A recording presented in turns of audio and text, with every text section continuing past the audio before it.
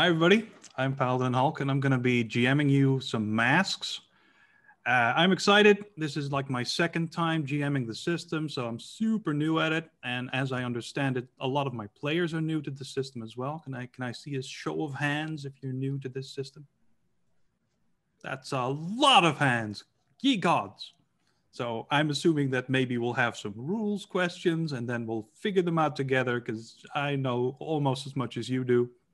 So this is going to be fantabulous. Let's do some introductions. Let's do who you are and then introduce yourself as your character. I always think that's very fun. And tell me what your character is all about because I barely know them. This is a one shot. So, Sam, let's start with you.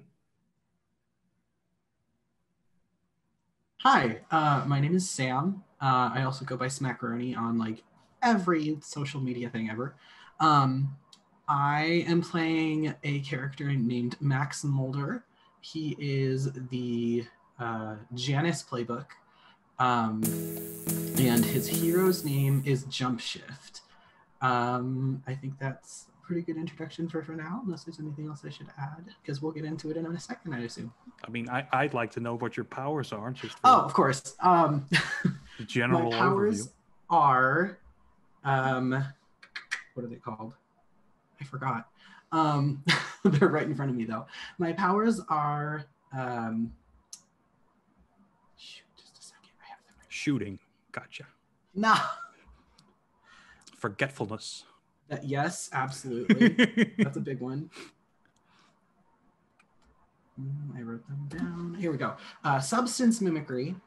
Ooh. So, mimicking things via touch, and energy absorption. And those are my big two. Awesome sauce. Cool. You're the absorbing man. Gotcha. All right.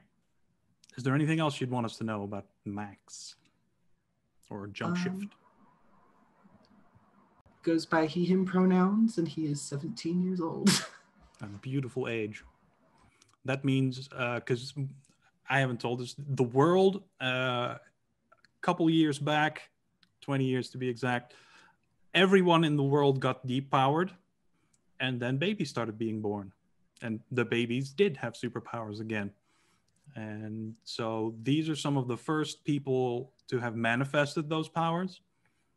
And that's creating a lot of chaos in the world again, because for 20 years, things have been pretty peaceful. And things are heating up right now. Okay, let's move on to Val. Hi guys, I'm Val.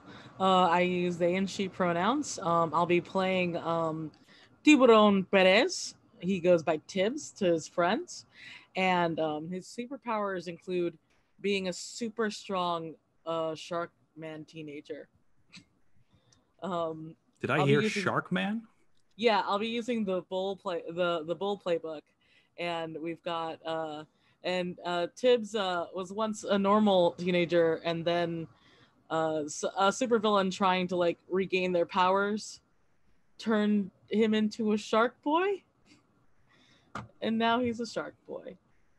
That'll super happen. Strong, rough-skinned shark boy. Cool. That's fun. Is there anything else we should know? He uses he him pronouns, and he really cares about his community. He got taken in by an old woman who he just calls abuelita. And that's about it. All right. Moving on to Jeanette. Oh, hello, that's me. Hi, I'm Jeanette. I use she, her pronouns. Today I'm going to be attempting to play the protege. I'm going to be playing Ember Emerson, also known as the Emerald Scorpion. I've been trained by my mentor, the Nuclear Shadow, though he fulfills his name, the Shadow, because I've never actually met him in person. We deal with each other through like holograms that he sends me. And my powers are, I have impossible fighting skills, which is something that we share. And then myself, I've developed some telekinetic and telepathic abilities on my own. And I'm about 16 years old. I'm probably maybe a little shy of my 16th birthday, but if you ask, I'm 16 years old. And Okay. that's the important things about Ember. All right. Cool. Anything else? Uh, no, and that's pretty good. All right. We will move on to hallway secrets. Hi, I'm Chabi, also known as Hallway Secrets. I will be playing. I just named him. 1 second. How did I forget this already? I will be playing Aiden, whose superhero's name is Glimpse. He is the delinquent playbook, and his visual style sort of matches that. He's kind of your generic, like, I don't care what anyone thinks looking person. And his powers are teleportation and illusions, not tricks. Nice. That will come in handy. And illusions. Okay. Also 17 years old, long black hair, side cut, leather jacket. Looks like a delinquent. Gotcha. You have a lot of All people right. just like that. And we will move on to Kyle. Hi, Kyle. I'm going him. I'm going to be playing Thomas Pickles, also he him, and Thomas Pickles is. I'm 16 years old. I'm the president of the AV club at our school. I my superhero name is the Animator because I make things and stuff. I'm a Pisces, not by choice, of course, and I started working on a creed, right? Because I'm an animator, I make things, and a good person would have a creed. Brightest day, SPF 70, and darkest night, bring flashlight because it's dangerous. Something about homeworks, fright, and shit. I'm sorry, I messed it up. Anyway, air guitar. Okay. I love these Comic-Con convention things. Yeah. Back to you, Chet. I guess that's me. Oh. I'm Chet now. Hi. Okay. So Masks uses the Powered by the Apocalypse, where you roll 2d6, and everything that's not a 10 is in some way not great. And as you can imagine, that's most die rolls. So I look forward to complicating everything. And if you have any ideas for how you want to complicate your own mistake, love it. Bring it on. I'm going to briefly tell everyone what their main stats are, because that gets confusing sometimes. And maybe for chat, that's fun too. So characters have 5 stats and 5 stats only, basically. You have mundane, which is how much of a regular person you are and is rolled for relating to people. So at any time you're trying to not be a huge douche canoe, that's what you roll. If you are trying to be a huge douche canoe, it might be superior. That's your I'm a smart guy roll. It's for knowing stuff. It's for tactics, that sort of thing. Then you get to the good guy stat, savior. It's for protecting people. All sorts of defense. That's basically for heroics. Freak is your superpowers. That's for just general chaos and use of your powers. Unless you're attacking, because then it's danger. Danger is your ability to fight. It usually is your fighting skills, but it might also involve your powers. It depends on how you use things. You don't have to worry about min-maxing, because everyone is good at something and not good at other things. But failure is good in the system. So if you're terrible at fighting and you do it anyway, that's good too, because then you get stronger. So I don't want anyone to feel like they can't do the thing they want to do, because we'll make it work somehow. Okay. Masks also comes with some fun mechanics for how to get relationships together. And I figured we do that on stream so everyone can see. I enjoy doing that. And we'll start with Sam again, or Max, as we should now call you. Why don't you see in your playbook how you handle influence. There's an influence tab. Tell me if you give out influence over anyone, who it is, why. Am I starting with my stats then influence? I'm sorry, what? Stats then influence, or just Their stats? I don't need to know your stats. I don't need That's stats. all you. Okay. For right now, we'll do influence. Then we'll do a round of when our team came together, and then we'll kick things off. All right. I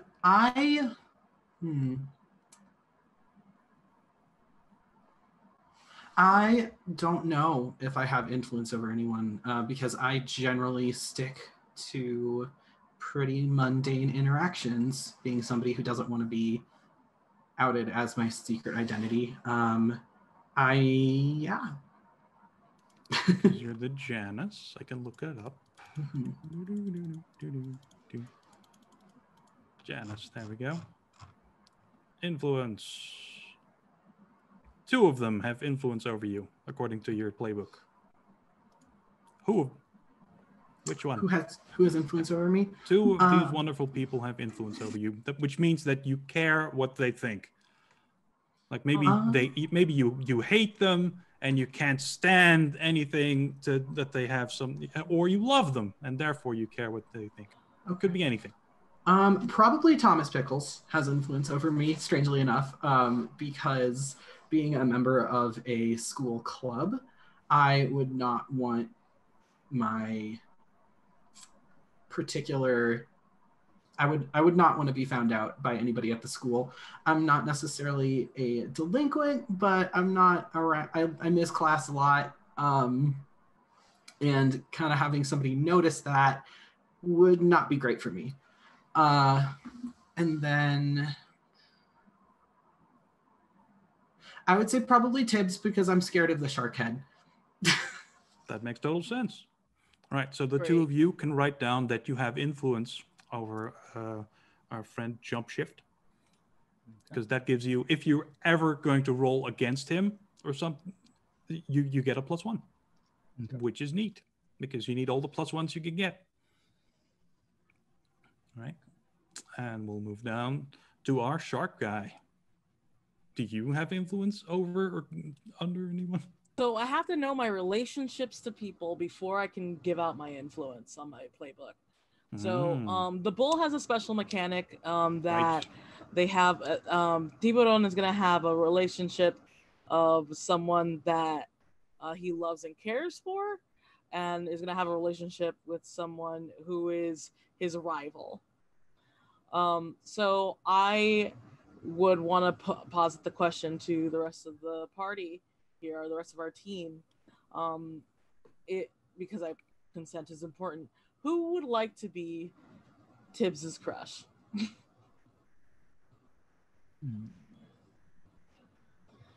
Perfect. My crush is scared of me. That's wonderful. Perfect. See, the system is fun already. So fitting. And who wants to be Tibbs's rival in all things? What is Tibbs into? Tibbs is into like I feel like Tibbs is into just sort of probably sports, definitely sports. He likes showing off being strong, and he likes being loud and chaotic and just enjoying himself. I think is the biggest thing. Like he always goes towards things that he enjoys versus things that bore him. That excludes me. I think it might fit with me. I'm with my fighting skills, I'm more into like the athletics, keep in shape and things like that. So I think that perhaps we would have some kind of back and forth rivalry. And I'm more business, like I'm less like fun and more serious business. So we really might like kind that. of clash a little bit there too. And there is also that. the default team leader, which is, usually a friction sort of a thing. Mm-hmm. All right, so I got Max, and I've got Ember. All right. And they both get influence over you? And they both, it says here, you are selective about who you let in, give your love and rival influence over you, but that's it. Perfect. All right, so you write that down, and then we move over to Ember. Ooh, myself. So, as a protege, since I'm very businesslike, it says that I don't give influence to any of my teammates Nice. because Who cares about these?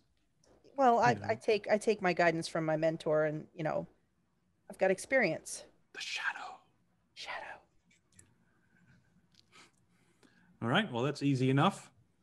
We'll move over to Glimpse, which I love right. the name of, by the way. Glimpse is excellent.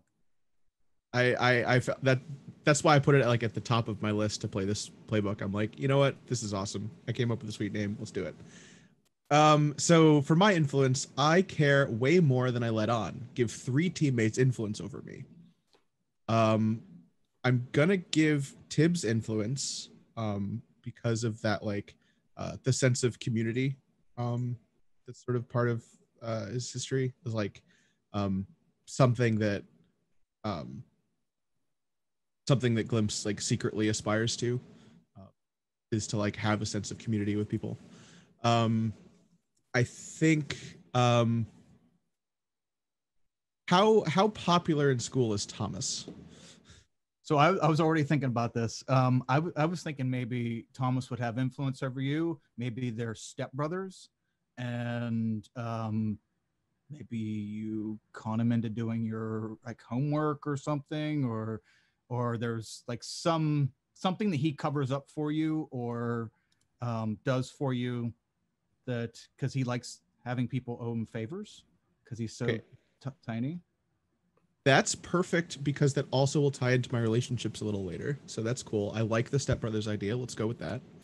Um, and yeah, so Thomas will have influence over me, and then, um, I think. Actually, let me read this.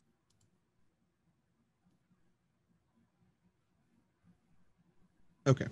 Um, I think Ember's like propensity to not really let people influence her, is sort of resonates with Glimpse because like he's thought of as like someone who might not care but obviously really does, and sort of like having that, like, he knows that they have someone they do confide in, but it's not like they don't let just anyone influence them.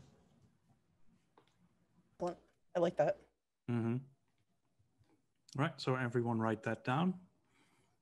And then we move up to Thomas Pickles. Okay. Yeah, as we discussed, Thomas will have influence over, well, I guess, Max and Aiden, and will be influenced by Ember because Ember has, as a budding superhero myself, Ember has dealt with the professionals and she carries herself as though she's already got her foot in the door. And yeah, I really look up to that, admire it, and aspire to to be that close to being recognized as a full-fledged superhero. And yeah, those two. Okay. So that's influence, because that's actually mechanically useful. Do we want to do relationships as well? Or do we want to move on to when our team came together? Sure. I could do either one. Either, yeah, relationships. Yeah. Yeah, relationships. Okie doke. We'll do another round. Max, what do your relationships say? To the team, my relationships, I am scared of Tibbs. I kind of weirdly suck up to Thomas, not necessarily because he's popular, but yeah, go figure. Let's see.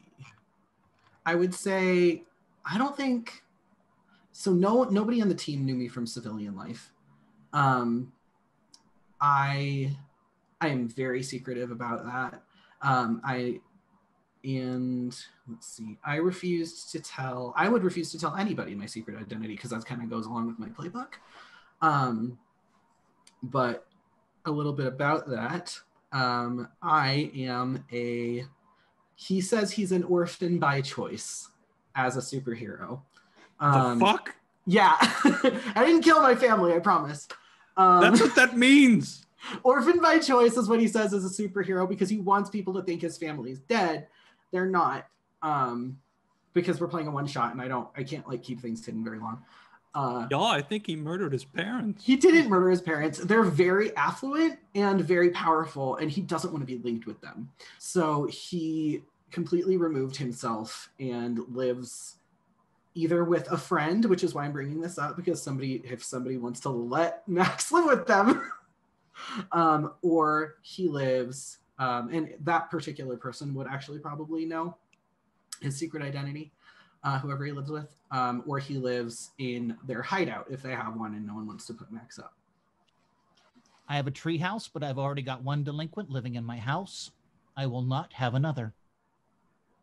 I mean, if we really want to like rile up like how scared Max is of Tibbs and having to live in close proximity, like the abuelita who like let him live with her like after like he just escaped the supervillain facility, might take in just random strangers like all the time. Who knows? It's like Right. Yeah. Let's just like run headlong into this he's scared of Tibbs thing. I love it. Nice. All right, and we'll go back down to Tibbs. My relationships are actually so I feel like right. We already got those. So we can move over to Ember. Oh, that's me again. Okay, so relationships wise, so someone I've teamed up with before, I'd like to think that I've maybe teamed up with, I'd say, Glimpse before.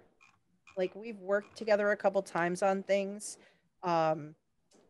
because kind of our abilities kind of complemented each other. There were things I couldn't do that I needed that assistance. So I would say definitely Glimpse. And then my mentor has warned me that I need to keep a very close watch on this Thomas Pickles. Seems very unassuming, but and I don't understand exactly why, but I have to keep an eye on Thomas.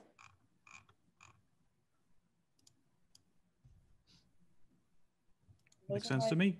Those are my relationships. Cool. And we'll hop over to Glimpse.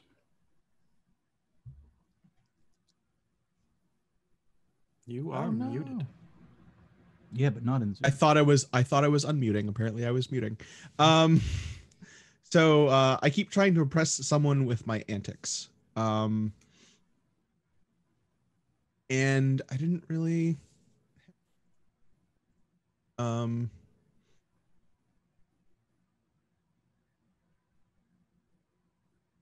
probably someone who has influence over me. I think I'm gonna go with Tibbs. Something about amusing the Shark Man just seems funny to me. I don't know why. And me and Blank pulled an awesome, quote, if illegal, stunt together. And I think that is where I will tie in with Thomas. I think maybe I, asked him to either distract somebody while I did something dubious, like maybe stealing test results or not results, answer key, something to that extent. And Thomas may or may not know that that's what the end result was, but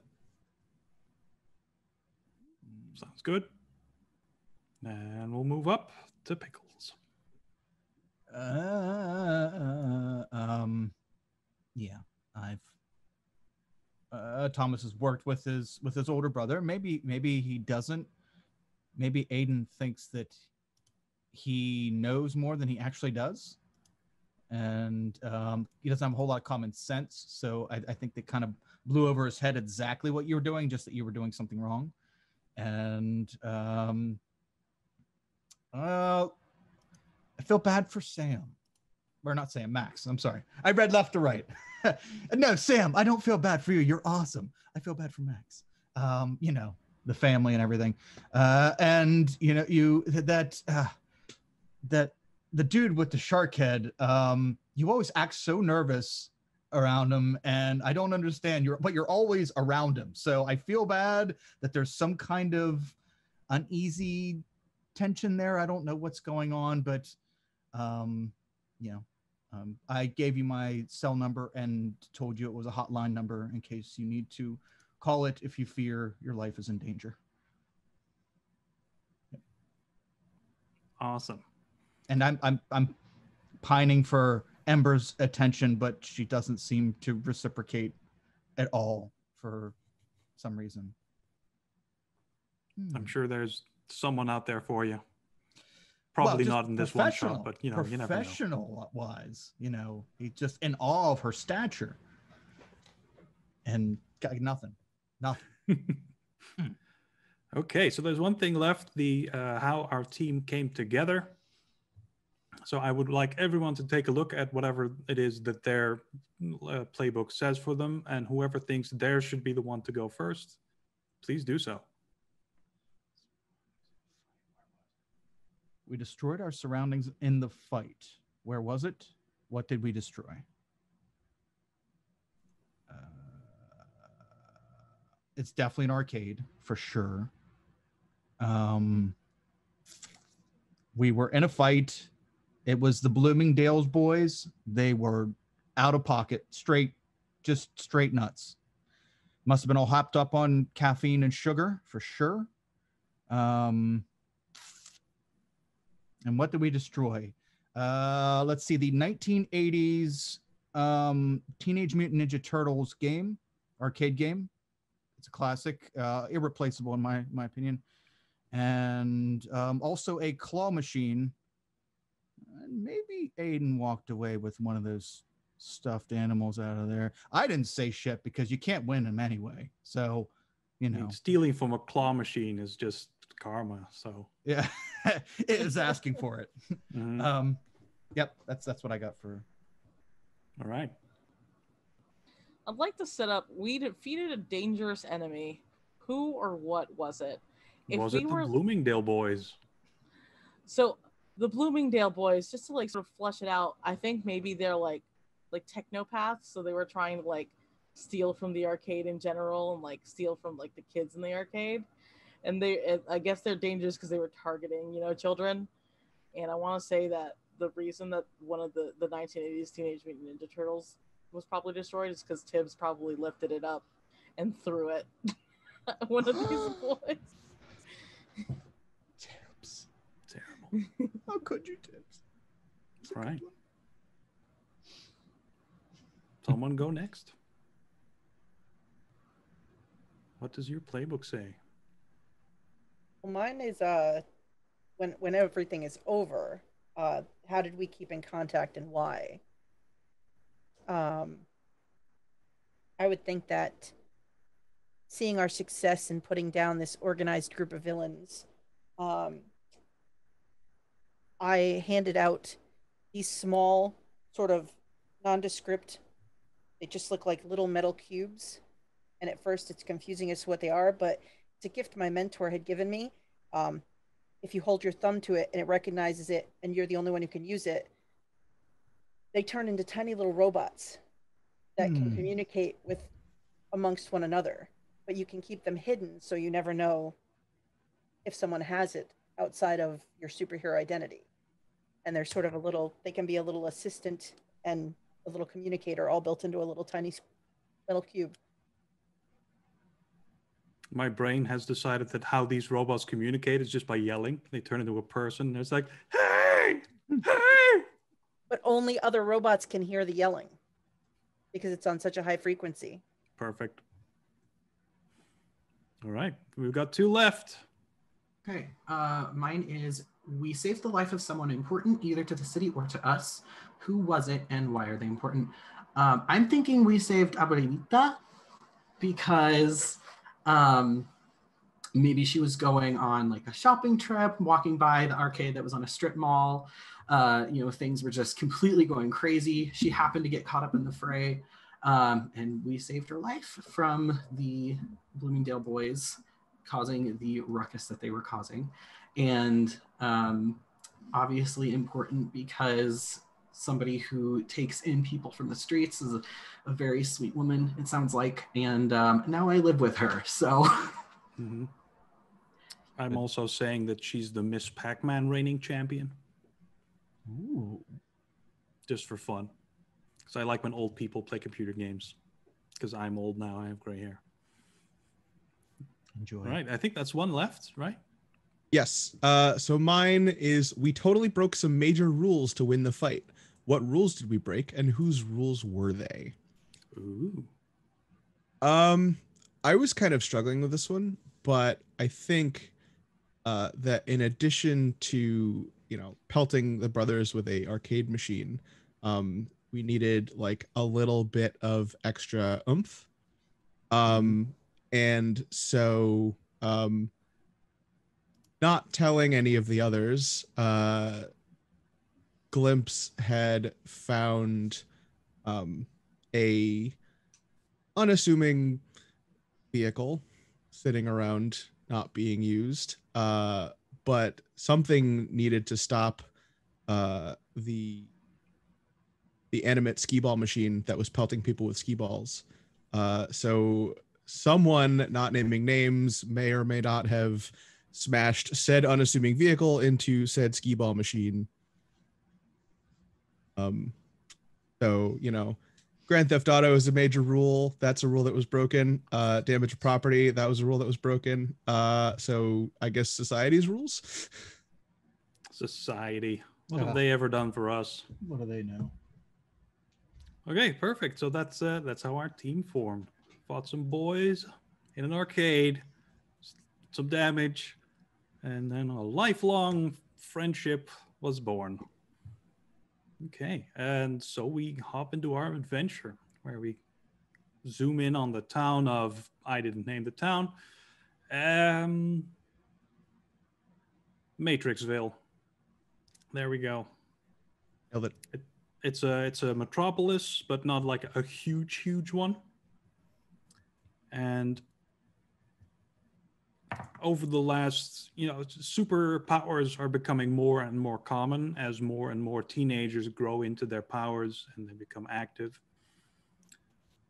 This has caused a lot of problems because not every teenager is an angelic figure of compliance and, peace. So some measures have been taken to make sure that people are safe, and the measures that people have decided on is giant robots called Sentinels, because we're just going to call them Sentinels anyway, are now patrolling the streets. Instead of being purple, because that's a villain color, they're red, white, and blue, because that's also a villain color, but slightly less of one. There's a lot of discussion about this because not everyone likes the idea of having giant robots patrolling the streets. I wrote a little thing about this. Okay, so the pros of having a robot do the fighting against teenage villains. If the villain destroys one of the robots, it's fine because it's just a robot. We can rebuild them. No one is hurt. That's fine. The robots are big and powerful, and they're strong enough to go head to head with the villain. If you just use a police officer, that gets a little more dangerous. Obviously, one of the cons is that they're an unfeeling robot and with no empathy, can't use diplomacy to diffuse situations. That's basically what you need, and they don't have it. But enough people voted yes on this brilliant idea that they're now in effect. And the robots are made by a former superhero who has tech-based skills, so they still have their abilities, because their abilities aren't a superpower. Her name is Copper Commando. She's been around for a good while. She's in her late 50s now, and she has provided this city with a few robots. In her day, as a hero, she rode around in one of these, and she's stopped doing that because that's for young people. But she's still active. She's gotten a little more jaded and burnt out from being active for this long. Also, with all the other superheroes going away, a lot of pressure's been put on her, and that's not great. No matter how professional and stuff you are, that takes a toll. All right. That's the state of the city. Our team is having some leisure time, some team bonding. You are in, for whatever reason, a poorer area of town. So someone pick where you are. What are you doing to team bond? Well, we're not playing at an arcade. All right. Could be anything.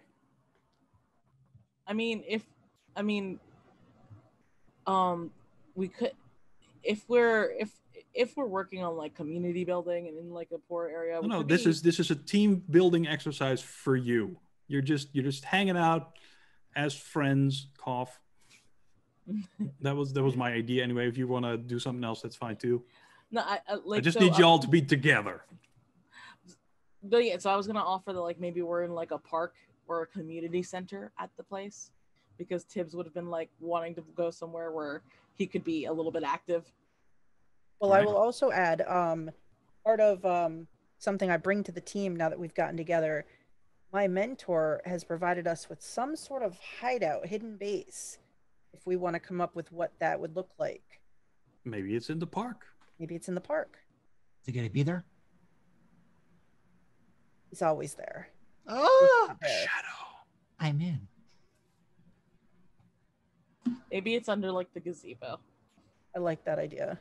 Love gazebos. Right? You need axes or fire magic.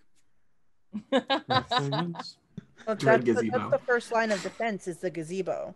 If they get past the gazebo, then we're all in trouble. Mm-hmm. Right. So you're in the park doing something to team build. What are you doing? What's a park activity for y'all to enjoy? Let's see if Tibbs can bite through a tree. Oh, can you? I mean, I totally could. I'm just not going to. Splinters, man. Do you want to bite through a tree? That's like property damage. He's mulching. I mean, like, yeah, but like we have machines for that. Like we could use one of those oversized robots to do that. I could do something interesting. Like what? I mean, I could probably pull a tree from its roots too. And then bite it in half? I mean, like again, like I could totally do that. Uh-huh. Max, would you want to see me do that? Pull a tree? I mean, are you going to replant it when you're done? Of course. I don't want to kill a tree. I mean, yeah, pull a tree. I could pull a tree. You can? I mean, if I copied you, I absorbed your energy, yeah. I'd have to touch you, but... I mean, like... I got all these muscles you could feel, and then he flexes, and then he's gonna go walk over to like a tree.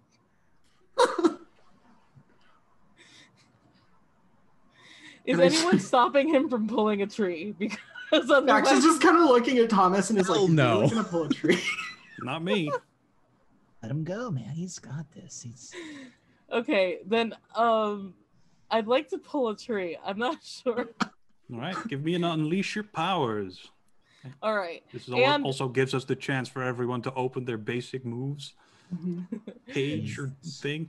So Also, because I'm the Bull playbook, I have something called Bull's Heart, Mhm. and I get a +1 to any roll that impresses your love. And Nice. since he's doing this to impress Max, oh, 1 short. But that's a 9. Yeah, that is a success.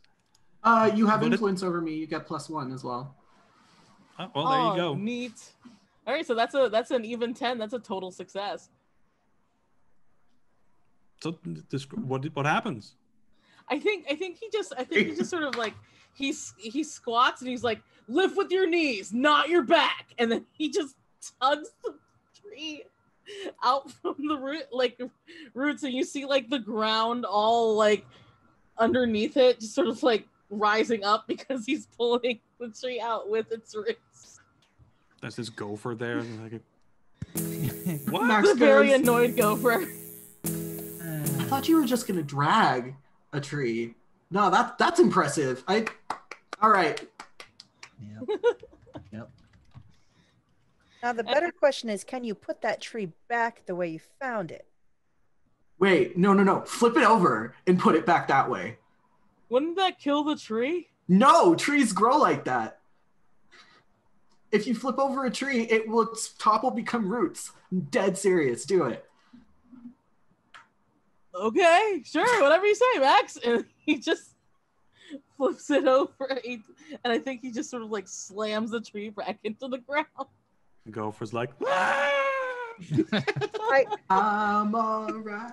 I telekinetically move the gopher out of the way before the tree slams down on the gopher. and the gopher's like, Oh, sorry, little buddy. Nice catch, I guess, Emerald. and then the gopher walks away. Like chattering.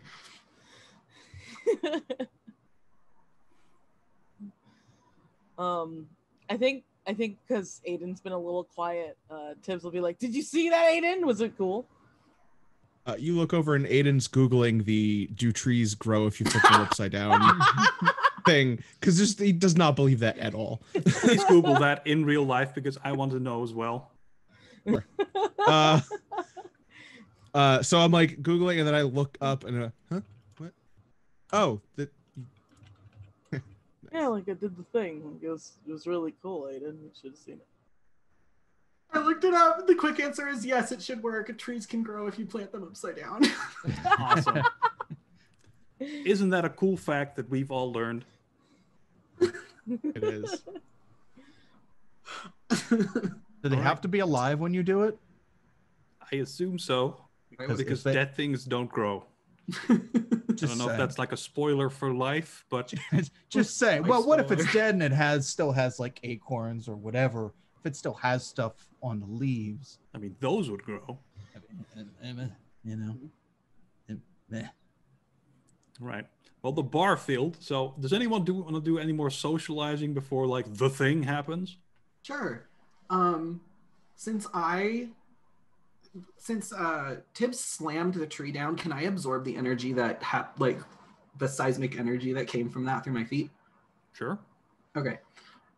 So I absorb that energy in the slam, and I'm like, boom. Okay, cool.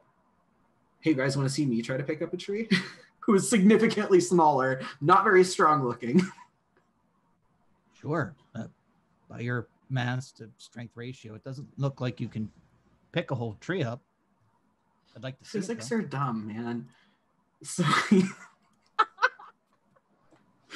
walks over to the same tree, and I guess I'll roll to unleash my powers to try to pick it up. Is it okay if I use physical dice? Sure. Go nuts. Okay. I will show the roll if that helps. I trust you. You know, if you're cheating, all you're hurting is yourself. It wouldn't. Yeah, it would be no fun. Mhm. That is a 9. And a 9 is a partial. So, how does this end up? You know, it mostly works, but not quite. Yeah, I imagine that I try to pick it up and I end up knocking it over. So you pull, Kind of. and it just falls sideways. Yep. That'd be cool if the gopher caught it. Yeah, it falls right like behind the gopher who's walking away. Like, yeah. And he turns around. And It's gonna be like pulls up his sleeves.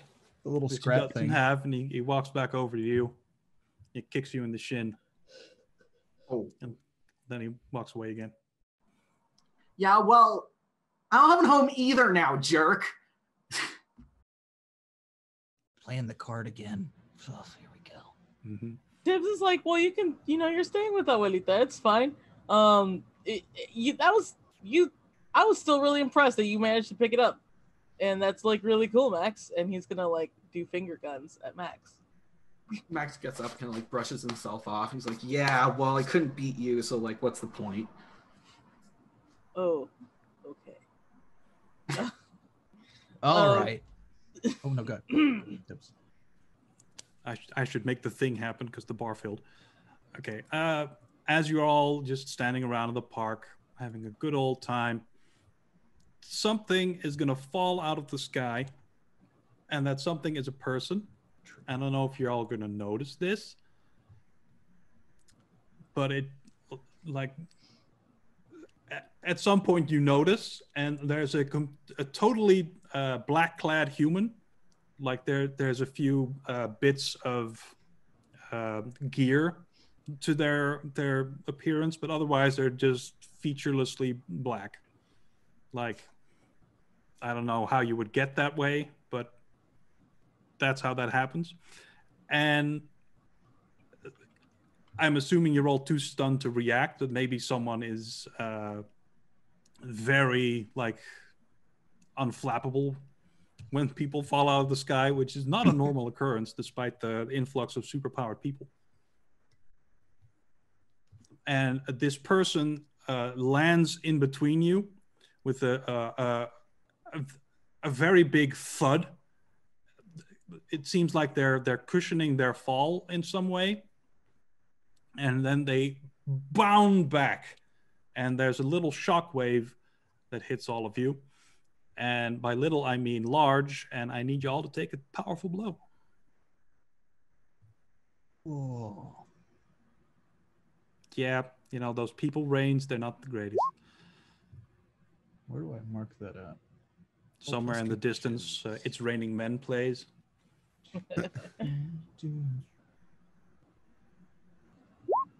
So where do I mark? Where do I do the powerful blow thing? It's one of the things that. Are you using the Roll20 character sheet? Yes. You're rolling conditions. Conditions? On the far right side, up Yeah. top. Oh. Low is good in this case. Oh, good. I missed.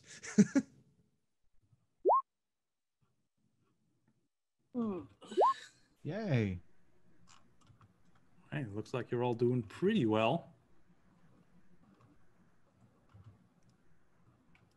So, only one of you missed. Tell me which of the options you pick, because there's fun options. Oh, and we have a very big failure. Fun option.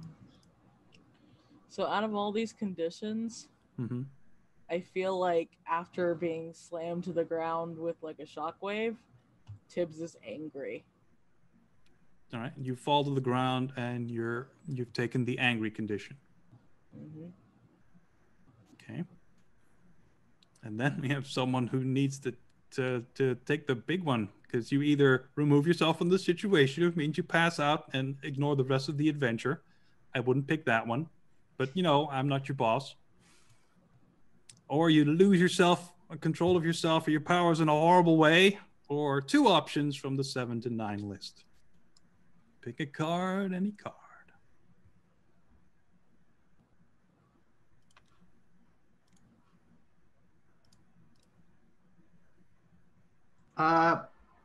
I guess I will lose control of my powers in a terrible way. Awesome. What does that look like? So because my two powers are absorb energy and mimic substance, I'm going to become I just touched a tree. So I become wood. I become wooden, or my skin becomes wooden, because that's what does it. And I absorb all of that energy from the shockwave of the person hitting the ground and send it back out as a secondary shockwave, just out of myself, shooting splinters everywhere. Okay. I won't have everyone roll again for that because that seems mean. And I don't want to be a mean GM. But assume you're all, while you're on the ground, also pelted with more dirt and splinters and stuff. So whatever outfit you were wearing is now ruined. I try to be Doc, but it's tough. It's tough. So it's my last leather jacket. Yeah, those leather jackets aren't cheap either. Okay, so what you're all next? on the ground lying dazed, or, well, most of you are just standing there because you passed your roll. I think that Glimpse, upon seeing like the person start to rebound, kind of realizes what's happening, and teleports further back, and that's how he like dodges the shockwave. Sure. But he still also has his ruined jacket. He's like, Yeah, because you dodged that blast and then you got hit with the rest. Yeah. yep. And then hearing Max complain about his jacket, I'll just pipe up, be like, I'll get you another one. Don't worry about it. Okay. Feel free to collect yourself and make some decisions, because this person is really booking it. Yeah, Tibbs calls out to Ember. He's like, "What the hell was that? Who the hell is that?" Ember's kind of standing there, recovering, and looks around. As, no idea, but we can't let them keep doing that. They could hurt somebody. That's all I needed to hear. And Tibbs is gonna start like booking it towards where this guy is rebounding, and because he's reckless, you're looking in the distance towards some sort of the pretzel shack that's in the middle of the park, and first this person, who I should really just call a villain, it lands on top of it, and you think that they would have kept on jumping, but they suddenly reverse course and go in a different direction as one of the sentinels shows up and tries to grab at them. And they step on like one that of the like the seating places that they have, like a little table with a little umbrella, and that just gets utterly flattened. Oh no. Not Kenny's Pretzel Shack. Those sons of... I Like won't say- Kenny's. Yeah.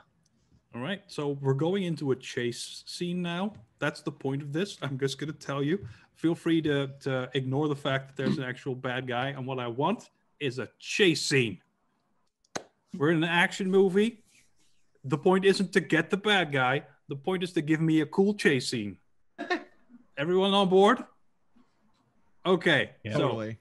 our set pieces are all of you, the city, robots, and the bad guy. There can be as many robots as we need, and eventually there's going to be a ton. But they're also there. There isn't really an initiative order in masks, but I want to make this easier for everyone, so let's make one anyway. So someone go first, and that'll be the initiative order. Okay, Yeah. well, I think since Tibbs is starting to charge in that direction, I think Ember wants to sort of assist with that. So Ember is going to basically telekinetically launch Tibbs kind of up into the air. So there's like this flying shark person sailing into the fray near the pretzel shack, as Ember sort of just starts charging across the ground underneath as fast as she can follow. Mm-hmm. Can we call Does- this move a Sharknado? I'm fine with that. Does Ember have any sorts of movement enhancing powers, gadgets, something? So I would say, her only movement enhancement would be probably her own abilities, but right now she can't move super fast herself because she's concentrating those on accelerating Tibbs into the fray. So I'm falling a Excellent. little bit behind.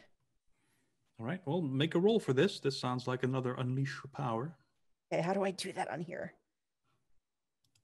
Is this just a straight D6, 2d6 roll? There should be on your playlist. There should be a little D20 button right next to freak, and you can go ahead and There it hit is. that right there. Okay. Now, because I'm doing this to Tibbs, do I get a +1? Because I have influence over Tibbs? Yes. Okay. So let's see.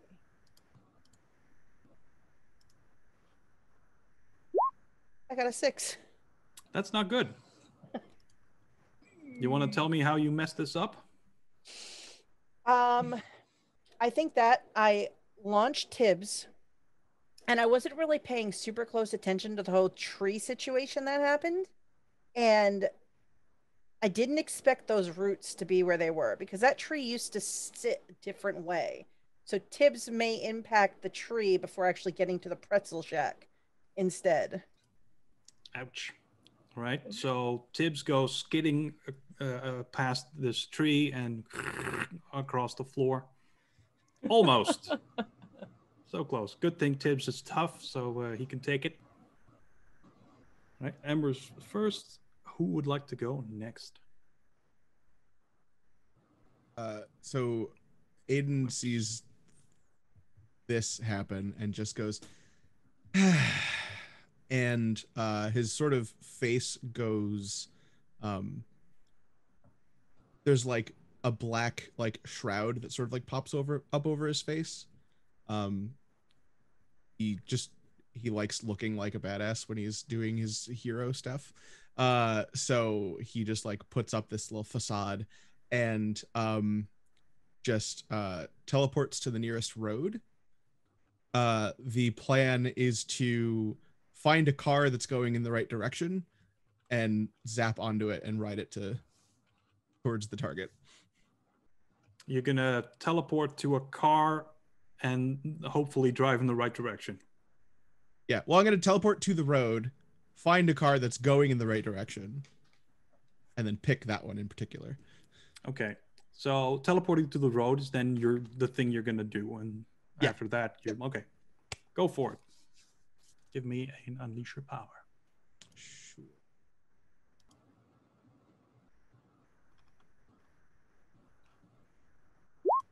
11, full hit. Perfect. You arrive at the sidewalk right as you see another sentinel going against traffic. You can see that they're trying to avoid the cars, but like one engine gets smushed. And they've got eyes on this villain in the somewhat distance, and they're shooting something from their fingertip at it. And that may or may not hit. You can't tell from this distance. All right. Next. Oh, I should also have Ember do some sort of superior roll to discover who this bad guy might be. Because I know, and I'd hate to do all that work for nothing. So I roll superior. Yes, please. Okay. A hit. 8. Well, there's not a ton of supervillains at this point. You're pretty sure that this is the villain Jet Black. If you can guess why they're called that, Gold Star.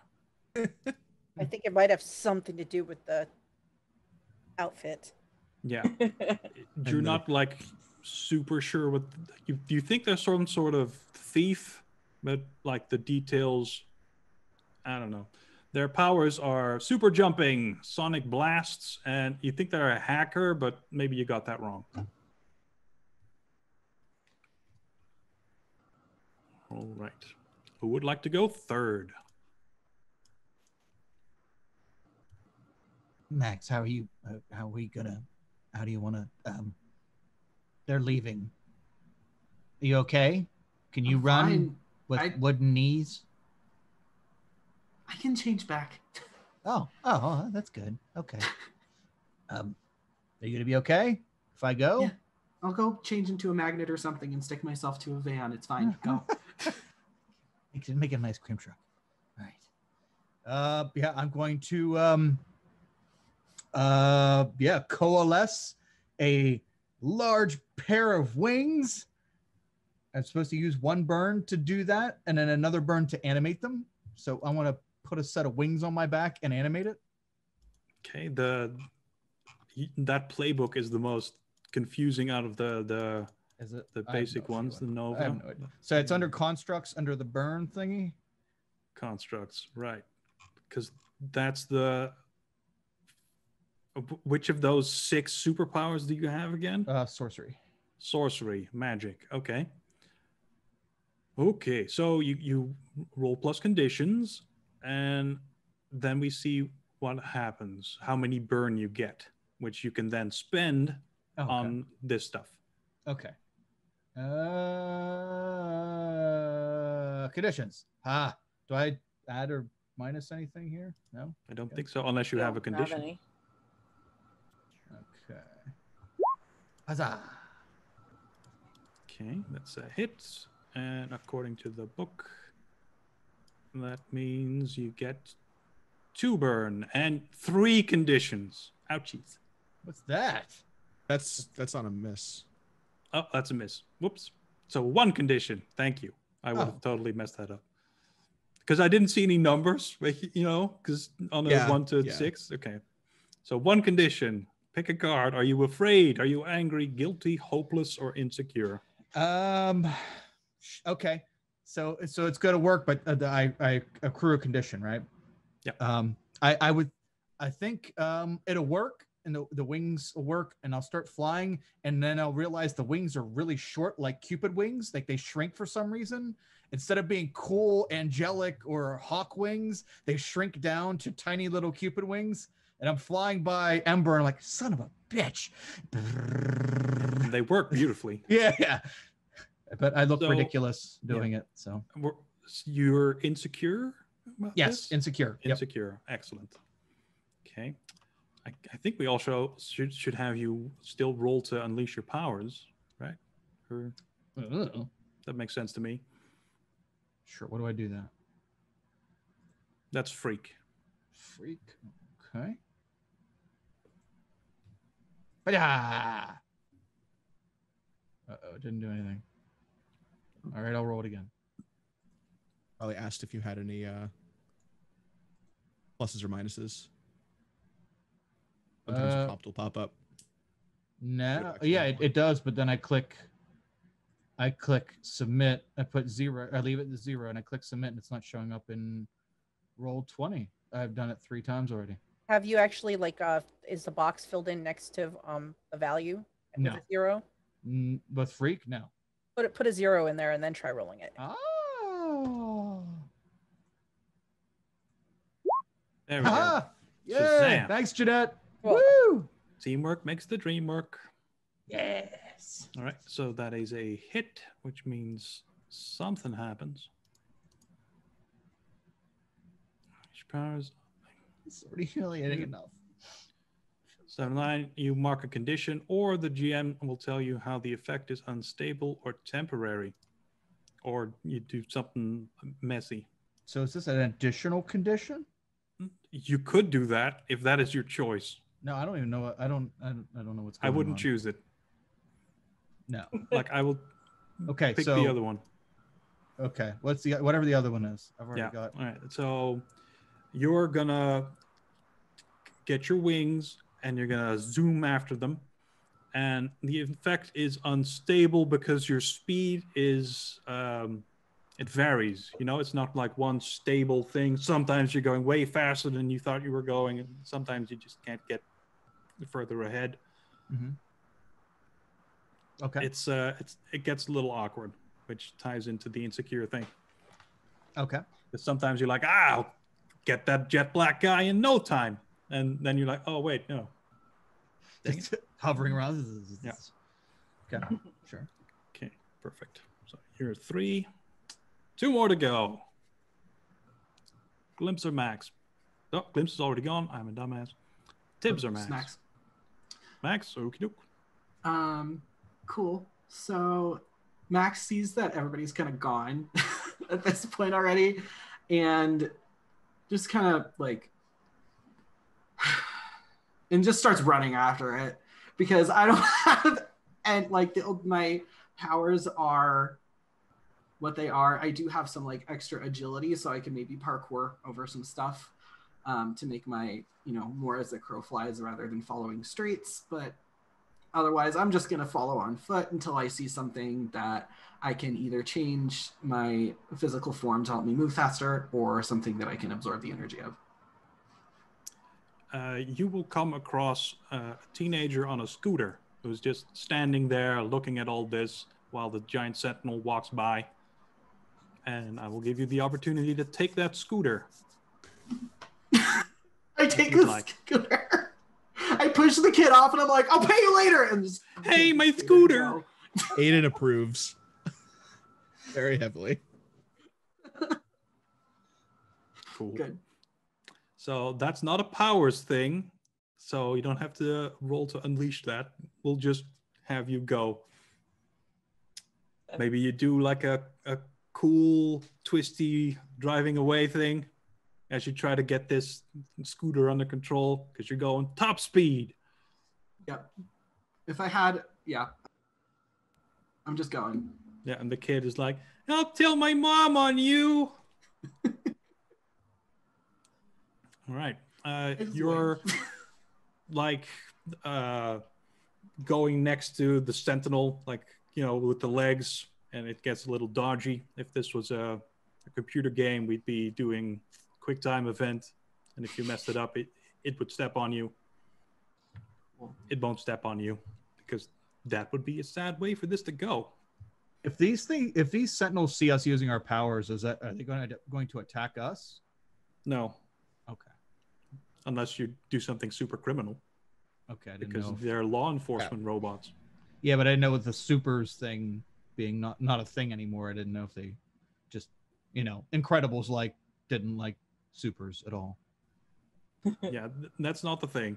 Okay. They're still somewhat controlled from a distance, but mostly they're on autopilot and they've got a task to do, which is get this guy.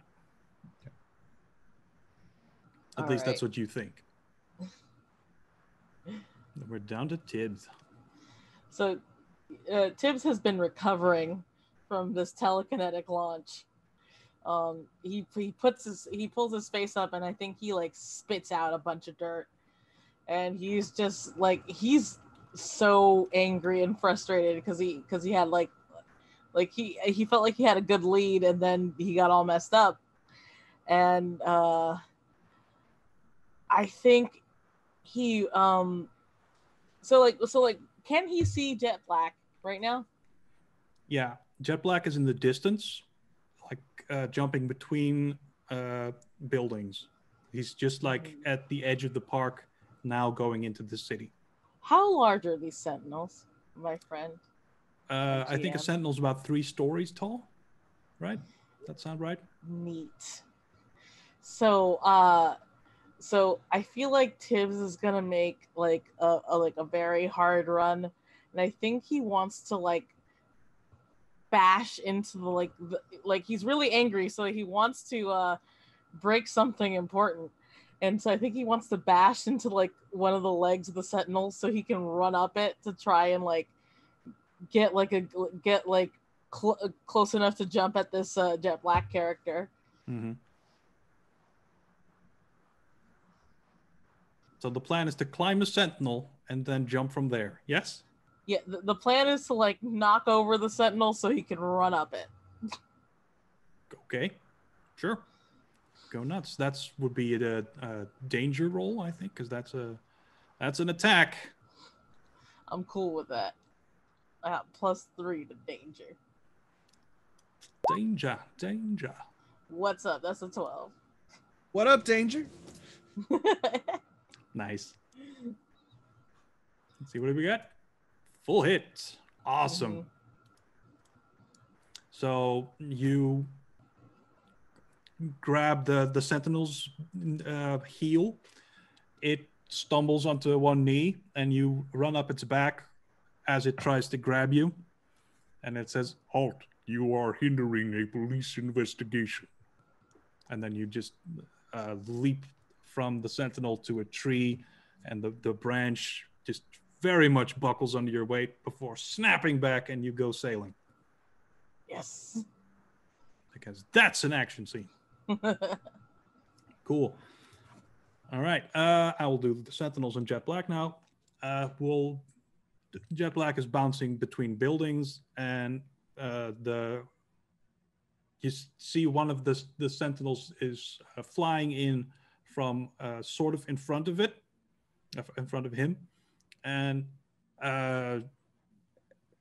you see Jet Black sort of pause on one of the fire escapes, and then the sentinel fires a beam at him, which Jet Black dodges, and then the beam causes the side of the building to collapse and fill the street, which causes a lot of cars to crash into it, and there's a lot of chaos from that. The other sentinels are going in pursuit. They are doing halt, and they're also shooting tiny projectiles at him, which miss, because Jet Black is quick. All right, so you have a pile up and a building that's collapsed. That's your toy to play with right now. There's also a news chopper that's come in to check out what's going on. And we'll go into a new round of roles for you, or just descriptions of what you're doing. And Ember, you're up first. Okay. So when Jet Black hit the pretzel shack, it kind of started to come down, collapse a little bit from the impact. Sure. So being the pretzel shack, I imagine there's a sort of a large pretzel decoration on top of the building that maybe is falling over. Mm-hmm. So Sure. As I'm running to try to keep up and I realize I'm quickly going to be outpaced, I'd like to try to maneuver the pretzel with telekinesis so that I can jump on it and use it to sort of sail after Tibbs, who is just flying after this character. Mm-hmm. So I'd like to try to fly on a fake pretzel. Fly on a fake pretzel. Cool. That's So a perfect unleash. Unleash my powers. And I got a hit. Okay. So this works, but the strain you're putting on this pretzel is not what this pretzel is designed for. So it starts to crumble as you go, and you'll only be able to do this for this one turn. Okay. And then you'll need something else. And as you take off, the owner of the pretzel shop will come out and say, "Hey, my pretzel! That's mine!" We'll get that replaced at some point. I'm very sorry. We'll be back. Okay.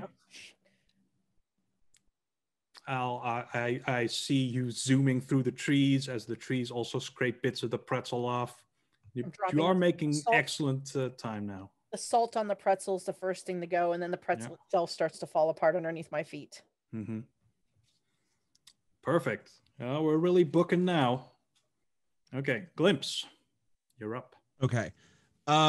So not being the physical powers type and not really having a way to fly, he could teleport, but that's like quite a distance. So I think instead what he does is he stands like on the street corner looking at Jet Black and starts to like really concentrate and conjures illusions of more sentinels sort of to try to corral Jet Black into moving closer to our direction rather than running away. Sounds good to me. And would this be a provoke someone or an unleash? I'm trying to get them to do something specific. He can't see you, so it's your powers that are doing the thing. Also, it's less of an emotional thing, which what I feel is provoking is. Okay. So I would say it's powers. But... I'll roll freak. That's fine. Yeah. 7. Okay, that's another temporary. You can't quite manage several, but you manage one, and that does indeed force Jet Black to course direct a little as they're bounding across buildings. Okay. And then with a 7, either I mark a condition or you'll tell me how it's unstable or temporary. Yeah, there's only one, and the direction isn't Okay. quite what you want. Okay. Let's keep this within reason. Okay. Happy? Yeah. I'm assuming you're still like walking towards the problem because you do have it's a chase. Yeah. You can't do that standing still. Okay. We'll move on to Pickles. Okay. Thomas is going to keep steady course and try to fly up by Ember. And seeing the pretzel starting to crumble from underneath her, he's going to make a very awkward pose as he's flying by her. So he's going to like make like a lawn ornament pose, and his little tiny wings are going to be flapping, and he's going to like, the animator's here, and start flying by her. And perfect plan. Yes. Okay. As he's flying by Ember, he's going to show her that he's doing something.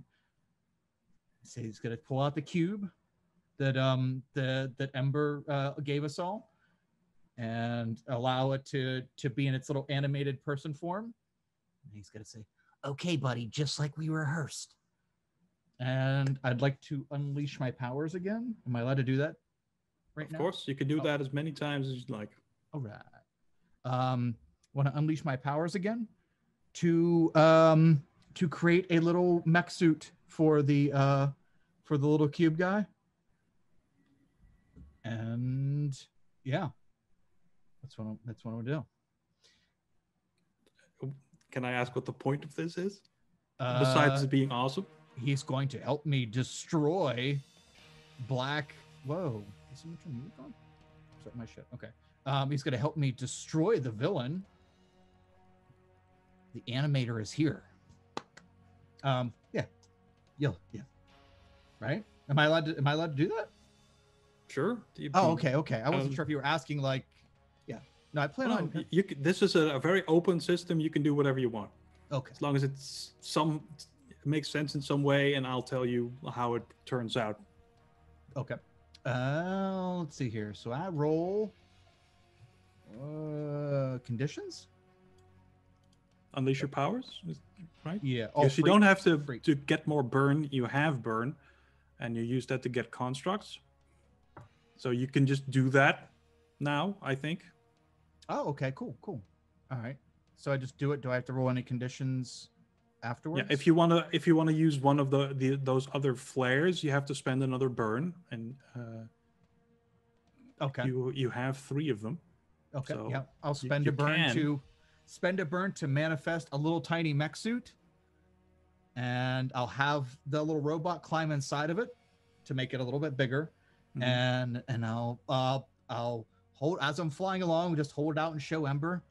I call him Pickle Rick. Yeah. Here I go, animator. Ho! And I'm gonna keep just flying towards as best I can with the tiny wings, flying towards Jet Black. Okay, and the little robot does what? I'm putting him on my shoulder as we fly valiantly. Just a tiny nerd and his robot, and it's Pickle Rick. Cool. So as you're flying through the still trees and now the road, would be a sign in front of you for traffic signs, and the robot uses his little beams to destroy that sign so you can safely pass by, because otherwise you would have flown into it. Thank you, but you're gonna get us in trouble. You need Being to calm super down. helpful. Yeah, you need to calm down, little fella. You're a little badass. All right, let's do it. And that's it. Excellent. Okay. going to Max. Okay, so as I'm scootering like between the legs of the robot, where did Jet Black end up right now? He's on a building, relatively close because the Sentinels have been hurting him a bit. Okay. I'm going to, as I've been scootering, I've been like every so often, like tilting the scooter to the side and running on the side of the scooter, using the scooter's momentum to absorb that speed. And then as I come up to the building, I'm kind of going to like skid in and use the momentum that I've built to run up the side of the building. Nice. Which would, I assume, be a unleash my powers. Sounds like it to me. Okay. Let's see. That's going to be roll freak.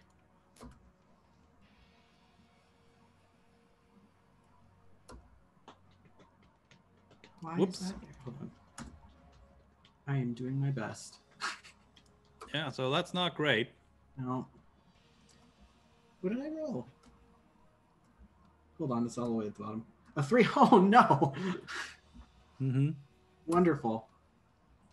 So what happens then? Let's see. There's not even an explanation for what happens under Unleash Your Powers. It's like a hit, you do it, 7 to 9 mark condition, and that's it.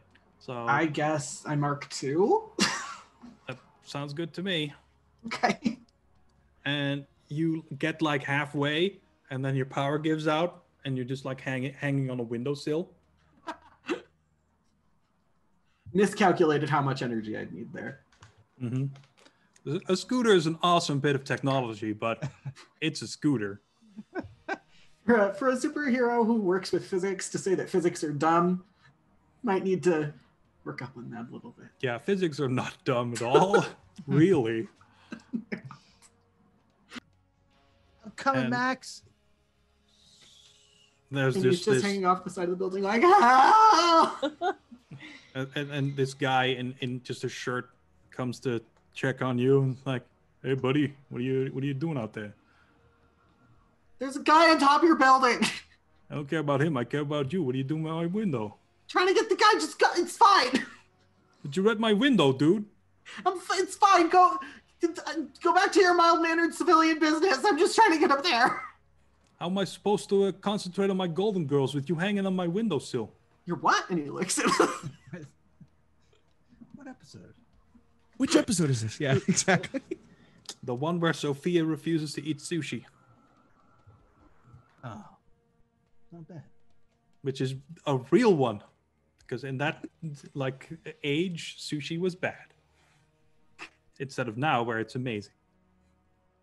Okay, perfect. See, that's a fun little interlude in our action scene, and we'll get back to Tibbs, who is zooming through the air. I feel like Tibbs was focused, and then he heard Max scream. And Tibbs is like, oh no, Max is in trouble. And you said that there was a helicopter, right? Yep, there is a news helicopter following you and documenting all of this beautiful. So what I had in my head for like wild chase scene shenanigans was that like he like course corrected by like hitting himself against the helicopter to like Okay. zoom towards Max and then break through this guy's window with Max so they're inside the building instead of dangling. Okay, awesome. I feel like that's already terrible enough that any like bad result on a roll would just be incidental. So this works. Yay. Sweet. Both of you are in this guy's living room now. He's tumbled onto his couch. What the hell? Tibbs is ignoring him and like putting Max on his feet. He's like, "You okay? You okay?" And he's like patting him. He's like, Is that a shock? yeah, I love Betty White though. I mean, who doesn't? I don't know who that is. Top Are of you the building? burglars? Is that what this is? Do I need to get like a gun? I have a bet. No, you're being punked. Oh, that make total sense. And he turns around. Okay. Max, The camera's on the what's helicopter. We gotta go. Come on. Dang you, Ashton Kutcher. You got me again. This isn't the first time he's been punked. Yep. All right, so Max is inside the building now. So are you. How are you going to continue? You going to climb out the window and go up? Or are you going to like walk out the door and use stairs or an elevator or something? What's the plan? Stairs. Stairs? Good. Okay. If Max lets him, Tibbs is like, all right, on the shoulder, and just to start charging up the stairs. I think Alright. Max just got rescued and doesn't have a whole lot of like focus. He's on the shoulder. Perfect. All right. Everyone else is who is slightly slower than they are would make it past the pile up and the destroyed building. One of the sentinels is like trying to stop. There is nothing to see here. Please go about your business. As people are, dragging their broken bodies across the street, like, the pain. More sentinels, like, one of them is scanning the fake sentinel that was created to see what the heck is up with that. And another one is shooting there, has jumped onto the buildings as well, and, like, puts one foot through the roof because they're heavy, and shoots more projectiles at Jet Black. Jet Black is a little distracted by everything that's going on. Real sentinels, fake sentinels, kid team superheroes. So this time they hit, and they seem to sting a good bit. And they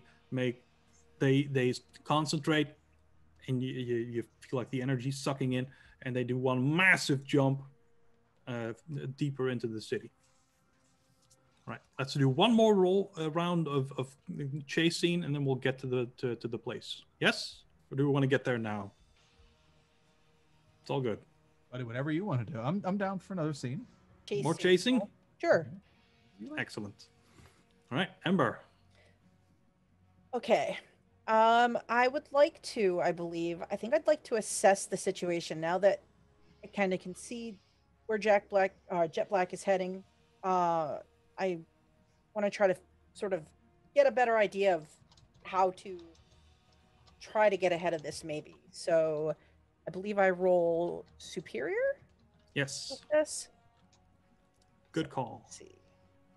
Yeah, and Jet Black is not played by Jack Black, though that would have been fun.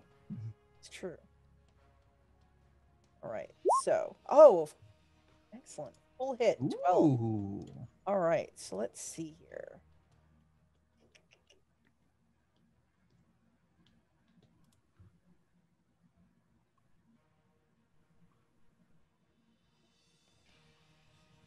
So There's a few questions, but you can make up your own questions as well. True. Just had the questions. There They're they just are. like a guideline. Yep. All right. So on a full hit, I get to ask 2. So I guess I would ask, I'm thinking, where do I see, what is the greatest danger that I see? And I guess I'd also be trying to figure out how to end this quickly. Well, the greatest danger would be either you guys or the Sentinels.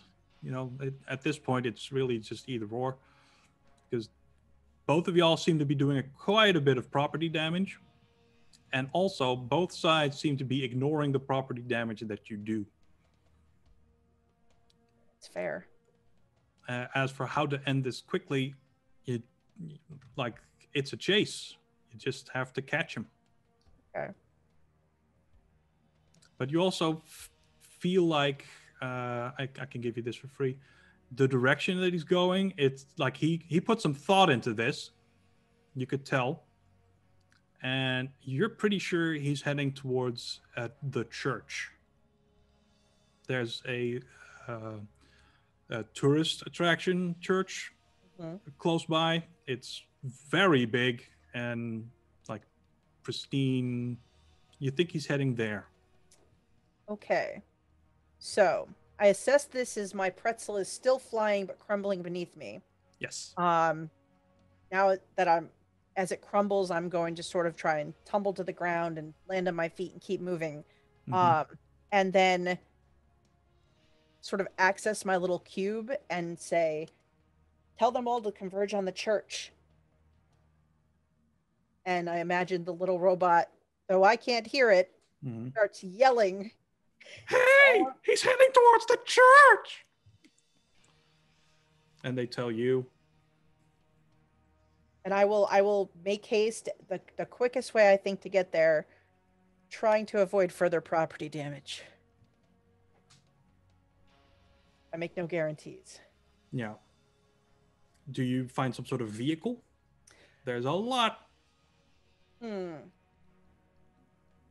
there any just regular, like, I'm looking for like a Harley Davidson motorcycle, preferably Absolutely. purple. There's a biker on a Harley who has pulled up on the sidewalk, avoiding this whole pile-up fire disaster thing that happened because of the sentinel beam that hit the building. And he looks at you. Wow, those things are dangerous. So, because I don't want him to know that I'm actually taking it, I like to have it start rolling on its own with telekinesis and be like, oh no, your motorcycle is getting away. Let me get that for you. As I leap on it and start up the engine and take off on it. Ah! And ride away. Huh. That's new.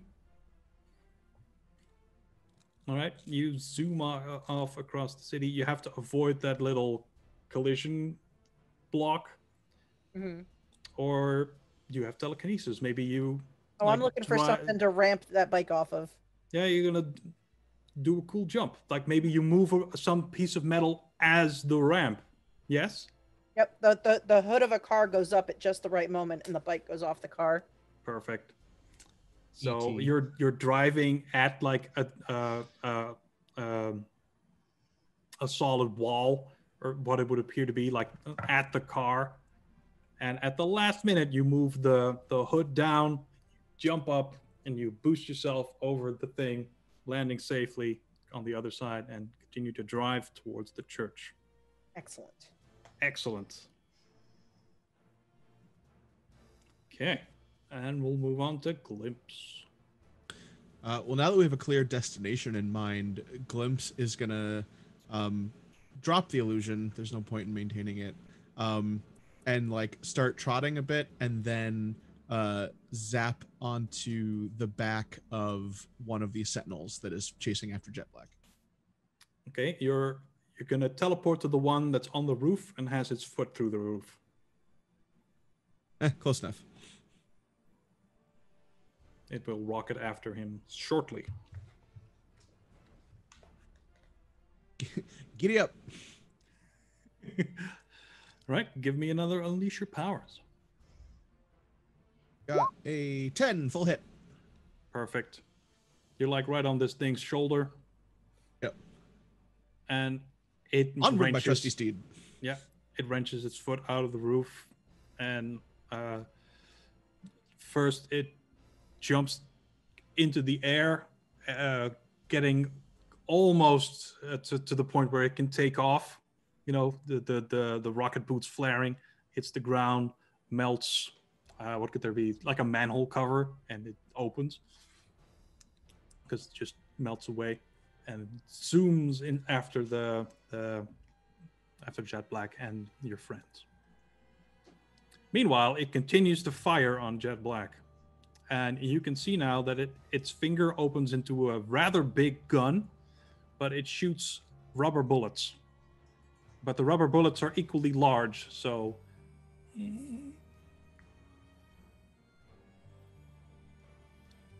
All right. Going on to the animator. Ah, it's the first time I've heard it out loud. It sounds so cool. Doesn't it? Okay. The animator is going to I don't think he really needs to use his powers. I think he's just going to try to keep pace with the group, like meet, fall in behind the sentinel, see where Ember is, Ember is, and actually try to find out where Max and Tibbs are. This sounds like an assess the situation. Is that what you want to do? Okay, that works. Yes. So I do. What do I roll? Superior. Yes. Okay. Yay. And it didn't show. I gotta put my values in here. There we go. Okay. Ah! Oops. Okay. So I wasn't paying attention whenever my little robot was telling me that Ember said to me at the church, and church is chicken, little fella. Pickle Rick, this is not the time for church's chicken. We're in a battle to the death. Calm the hell down. Now, where'd everybody go? So as you are not paying attention to where you're going exactly, you fly right into a side of a building and you take a powerful blow. No. What does that mean? What do I roll for that? Conditions, of which you have quite a few, I think. Okay, conditions. And is that a bad thing? That's bad, because this is the only roll where you need to roll low to escape things. Can I use a burn to shield myself? Because I have shielding. Absolutely. Okay. You call up a fast protective field to stop a danger. Spend 1 burn to defend. Oh, never mind. It's only someone else. Obviously, it would work on yourself. That just makes sense. Okay. So, whenever the rules are stupid, you ignore them. Okay. So yeah, as I finally start paying attention after I'm done talking to Pickle Rick, I see them going to hit the building, and then no, and hold my hands up and create that force field and just kind of boing off the side, I guess. We got a nice ping pong sequence as you. Oh wait, you're gonna go up because that's more fun. Okay. Once and that happens, happen to go into the right direction. Nice. So I go up and I see Max and Tibbs getting on the roof of the building as I go up. Oh, there they are. You see a glimpse sitting on the Sentinel as it rockets after Jet Black. It's all working out. And does that mean I'm out of burn? And that's my last burn. Does that mean I'm out of burn? And do I do something to refill it? How does that work? I think you're just stuck with what you have right now. So it means that you can use the shielding.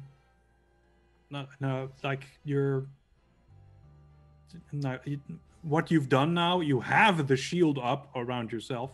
Okay. You have your constructs, and there's no more right now. Okay.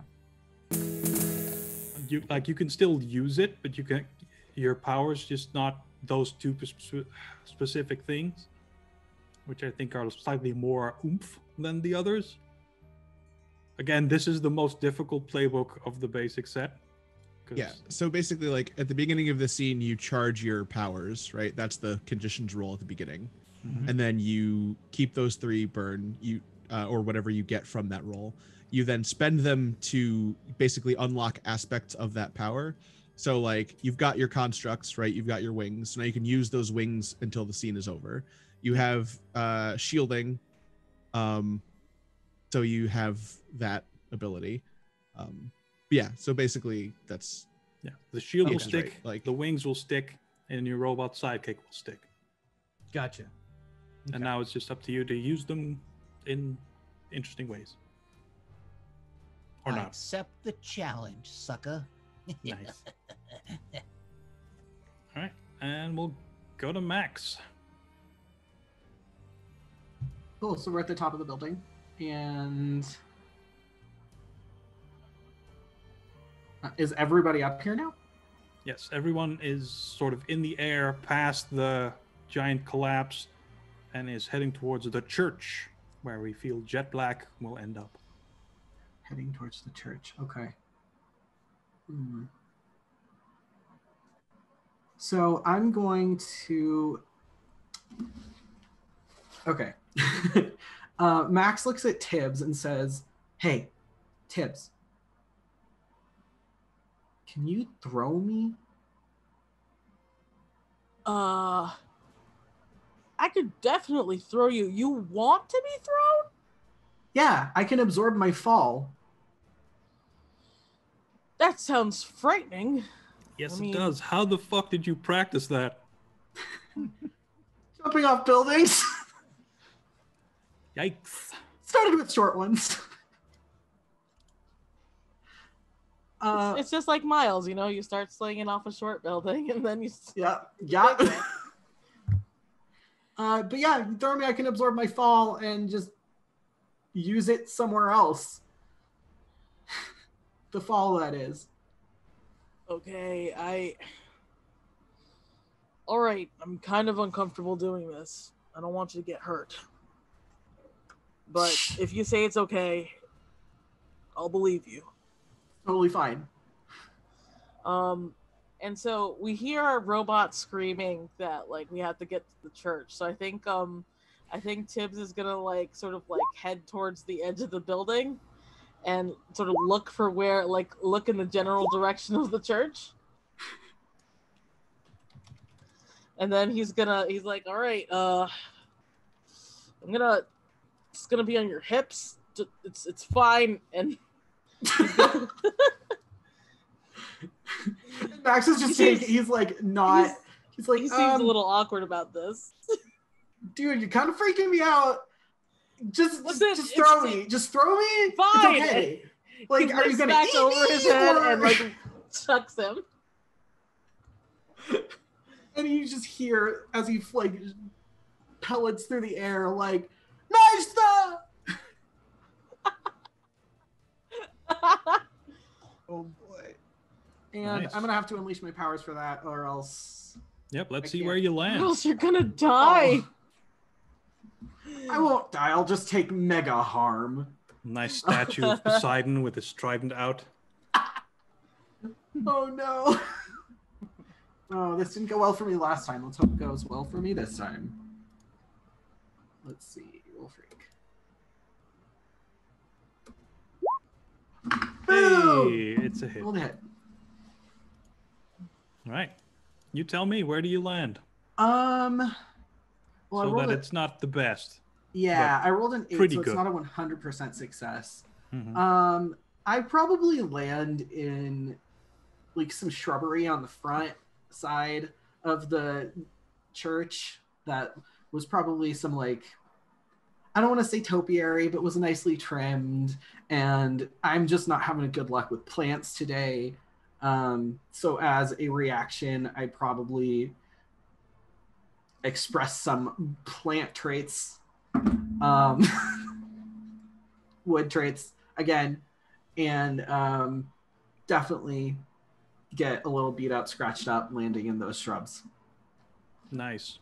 So this throws you first onto a rooftop, from which you then bounce off, making it all the way to the church, which is a heck of a throw, aided, of course, by both of you having superpowers. This church is surrounded by a road, and like it splits off so you can go anywhere in the city from there. Parking is a nightmare because there isn't any. But like the church is gorgeous, it's huge. You have to look at it if you're going to drive anywhere in this city. It's white, it's pristine, it's well funded. Most of the people that come to the church are actually not super rich because it's not in their neighborhood. So this is a nice perk that the people in the poorer side of town have, that they have this amazing church with no parking. You know, the Lord giveth, and the Lord giveth you no parking. I mean, if you're in the city, do you really drive? Like you take public transportation, you walk. Mm-hmm. That'll work, right? Okay. So you're in the rose bushes. Maybe there's like a gardener. I was like, wow, this is something. I kind of get up and I have like maybe it looks like I got roses stuck in my hair, but I have a rose that grew out of my hair. You all right there, Sonny? Yeah, I try to pull at it. I'm like, I'm good. You Where seem to did have a rose growing out of your head. What's Sure going does on look like there? that, doesn't it? Mhm. Really does. Where did the guy that looks like he's a shadow go? Where did who go? And at that point, Jet Black will thump onto the ground because you beat him here. And he just Okay. stumbles into the church, leaving a bloody handprint on the door, which you can see super clearly because it's white. That door. Is that go. the fellow you're looking for? That's the one. Yep, there he is. I'm gonna go. Sorry about your bushes. I'll make It's sure fine. that Gives me something to do, you know. Once you True. get the garden perfect, you're done. So now I have something to do. Don't do anything like this inside, though, because things are a lot more expensive there. Good point. Noted. Logged that one away. I'm gonna go inside church now so I can make sure this guy doesn't get blood everywhere. How's that sound? Hey, good plan. All right, God bless. Okay, cool. Merry Christmas. And he runs into the church.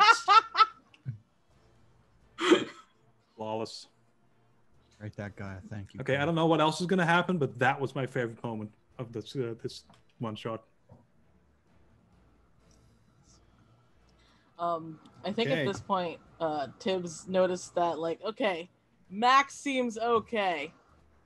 And so I think he's just gonna, like, back up. And I think he's going to, like, yell into the robot, like, Emerald, I'm cooler than you. And he's gonna run forward and launch himself off the building himself. Okay. How is this not going to result in you falling on your face? I'm thinking that he thinks that it just won't hurt that bad.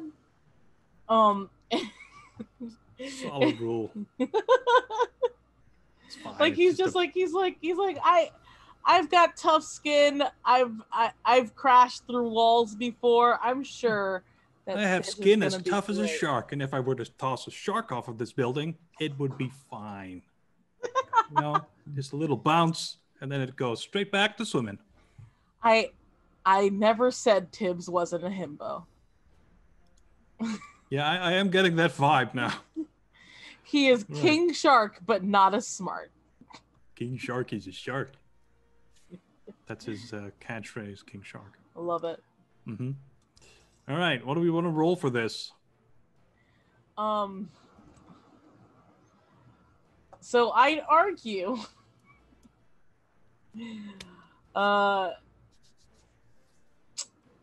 no, I feel like this is I feel like I'd argue that I think I have to take a powerful blow as soon as I land, and that's Yeah, bad. that does sound good. All right, take a powerful blow as you jump off a roof for no reason.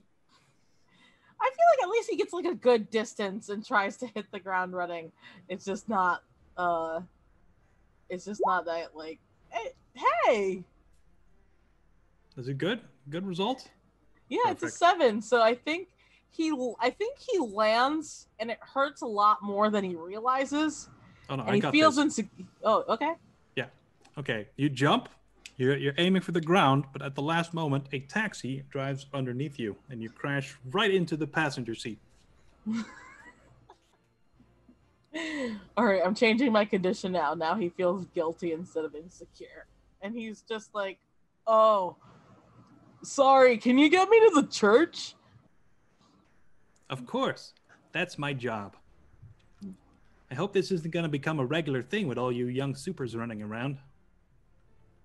I don't think so. And I think he has like a roll, he has like 2 like $20 bills that Abuelita gave him for like just emergencies, and I think he's just gonna put it like in the cup holder with like debris. Hey, that's in very it. kind. And you just casually drive to the church. Okay, that's everyone. As you all make it to the front of the church, the sentinels will come down around the church and aim their giant blasters at the building.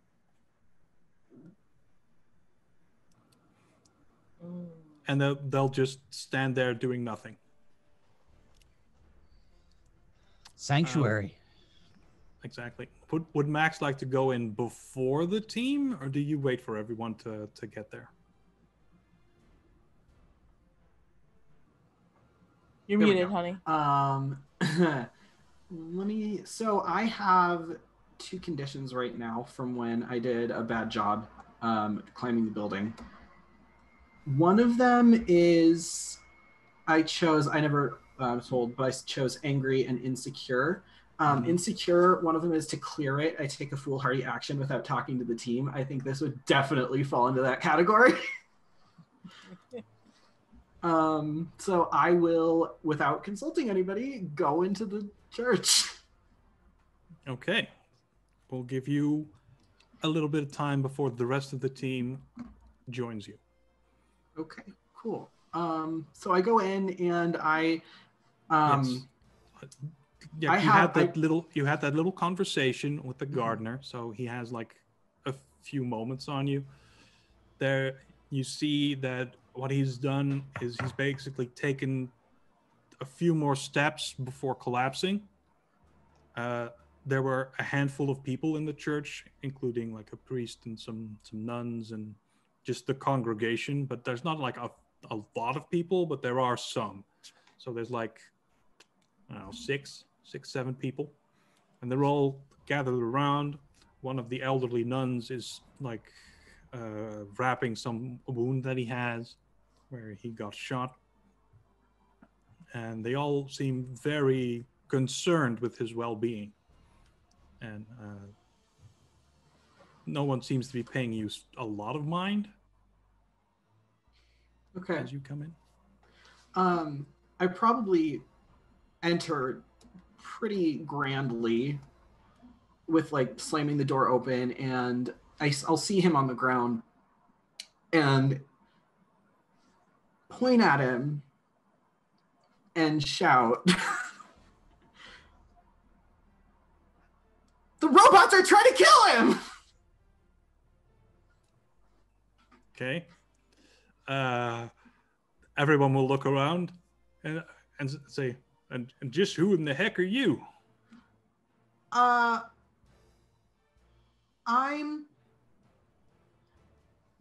Jump Shift, and that guy, I think his name is Jet Black. Are the robots trying to kill you too? No, they're not. I don't think so. Are the robots trying to? No, they're not. They're just trying to kill him because he thinks for a second and then says, "I don't know why they're after him." Because nobody asked. And you know what? I expected this exact thing. Isn't that fun? I knew everyone would just chase and give no thought to what's going on. Yep. Okay, How so plot hooks work. the priest will get up and say, well, we can't let the robots get him. I've heard bad stories about them just causing property damage and ignoring people's safety. I think we'll just keep him here and hide him. What do you all think? Everyone's like, yeah, that sounds good. Because he's hurt.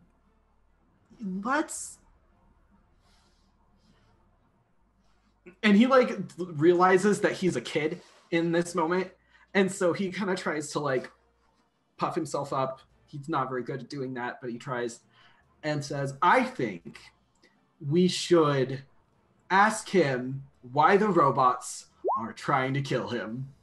He thinks he's very smart. Hold up. What are you doing? I got distracted. Oh, I'm sorry. No, You're I think we should ask the robots ask him why the robots are trying to kill him. That'd be a great idea, but he's unconscious. So Great. How do we unconscious someone? I think we'll just leave this to the adults. And they get back to looking after Jet Black. Adult? I am an adult. No, you're not. Great. Well, I'll just wait here then. And he sits on a at that pew, point, just the really rest of the upset. team will converge outside, landing in whatever chaotic or awesome way you would all like. I pull up on the motorcycle and try to do a nice, bring the tire across and leave a nice skid mark. Nice. They do have parking for motorcycles because I want this church to be cool. Then I'll back the motorcycle up, just roll it back into the parking spot. Nice. Ooh, a raid. Fun. Hi, everyone. We're doing masks in a church, and there's a bleeding supervillain. Also, they're surrounded by robots. I look around and assess as people are showing up. I see some people attached to robots. I see shark feet sticking out of the top of a cab. Wait, we're missing one.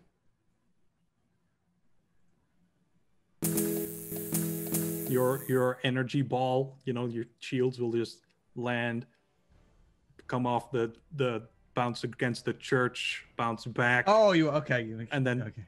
Tibbs will catch the ball just as he's getting out of the cab. Oh. Meanwhile, Glimpse is just sitting on one of the robots who has the church surrounded, like, do I get down? Do I stay here? Nice hamster ball, Tommy. I feel like I'm gonna be sick. Oh, turn him around. Turn him around. In the bushes. God bless hamsters. Oh God, and all that they've gone through. Tibbs is gonna just sort of like put the ball down because he's not sure like if Vomit can get past this ball thing. He's gonna like he's gonna sort of like start like rolling Thomas like slowly to let Thomas like be able to like walk along towards like the feet of one of the sentinels. And he like looks at Ember and he's like, "You think they're just gonna let us walk in?" Well, the best way to find out is to attempt it, and if they stop us, then no, they won't. The robots have paid you no mind. Not even the one that is carrying one of you on their shoulder. Is that Aiden? Glimpse just like taps the sentinel on the head, be like, "Thanks for the ride, tin can," and teleport down to the ground near the rest of the team. You're welcome, citizen. And it salutes. As it has its death laser trained at the church. Yeah. Question. Eyes on Max? I haven't seen Max. Anyone? The gardener will walk up and say, "Is he the one with the thing who had a rose growing out of his head?" Sounds like Max. Yeah, it sounds like Max. Oh yeah, he walked in. Like, we've seen him fall in the bushes before. Hey, are these giant robots with you? That one's standing on my petunias. Nah, cops are bad. Amen. Wait, Do we want to walk into a shooting gallery? Is that? I mean, Wouldn't why be the are first they time. trying to kill someone? Like, how long do you think we have before they actually open fire on this building? I'm gonna roll my ball backwards a little bit at that thought. I think Tibbs is shoving up metaphorical sleeves, and he's like, "Why don't you guys go check on Max?" I'd like And to I make assess sure the these- situation. Oh, sorry. Thought you were Okay, go ahead. Not I'd Tibbs like is to just s- gonna start. Sorry, I'm just gonna start it off. The internet, welcome aboard. Yep. All right. Val, finish your thought first, and then I will say my thing. Tibbs is threatening to start fighting these robots. Is I think the last thing he's gonna say. Like, you guys check up on Max, and I'll deal with these shot happy guys. Okay. So I would like to assess the situation. Please, by all means. Yes. A 7. So ask 1. But I also have Criminal Mind as one of my moves. When I assess situation, I have a couple extra questions I can ask. Fire away. And feel free to make up your own, because they're just guys. Okay. Yeah. It says I can ask one even on a miss, but I don't know if that means I get to ask an extra question and one of them can just be those. Sure, or... you can ask an extra question. It's okay. Fine. It's just a one shot. Plus, That's this system is really not concerned with balance because we have Superman and Robin fighting it like alongside each other. That's fair. Okay, so what here is in the greatest danger? Jet Black. By a mile. Because these robots are here for him, and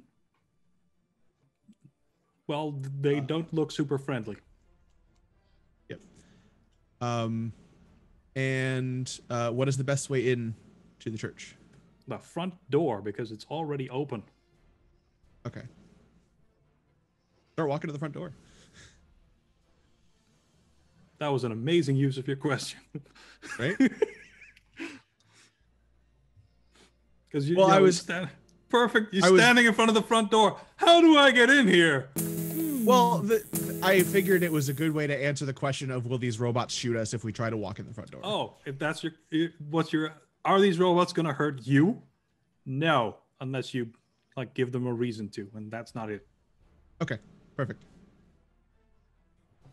All right. Yeah, Anyone walk else? in the front door. I'm gonna stay out with Tibbs and try to. Oh, the convince bar him. is full again. It's too early for the robots to do fills? something, though. Well, what should we do to honor this full bar? Anyone have any thoughts?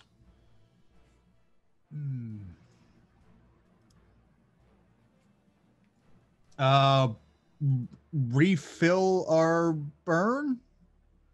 Don't know about anybody else. But I'm out. I think it's supposed to be a bad thing, though. burn. Like, I'm not sure. No, the full bar thing.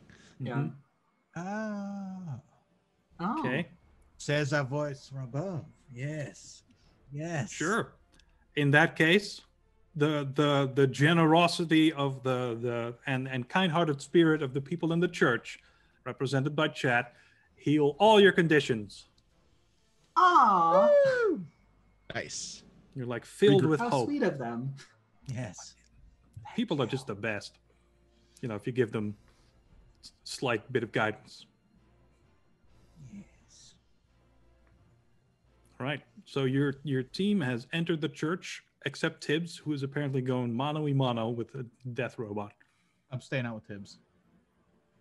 That's why. I feel like someone should maybe try and stop Tibbs, but I'm also not in charge of that. So That's why I'm staying.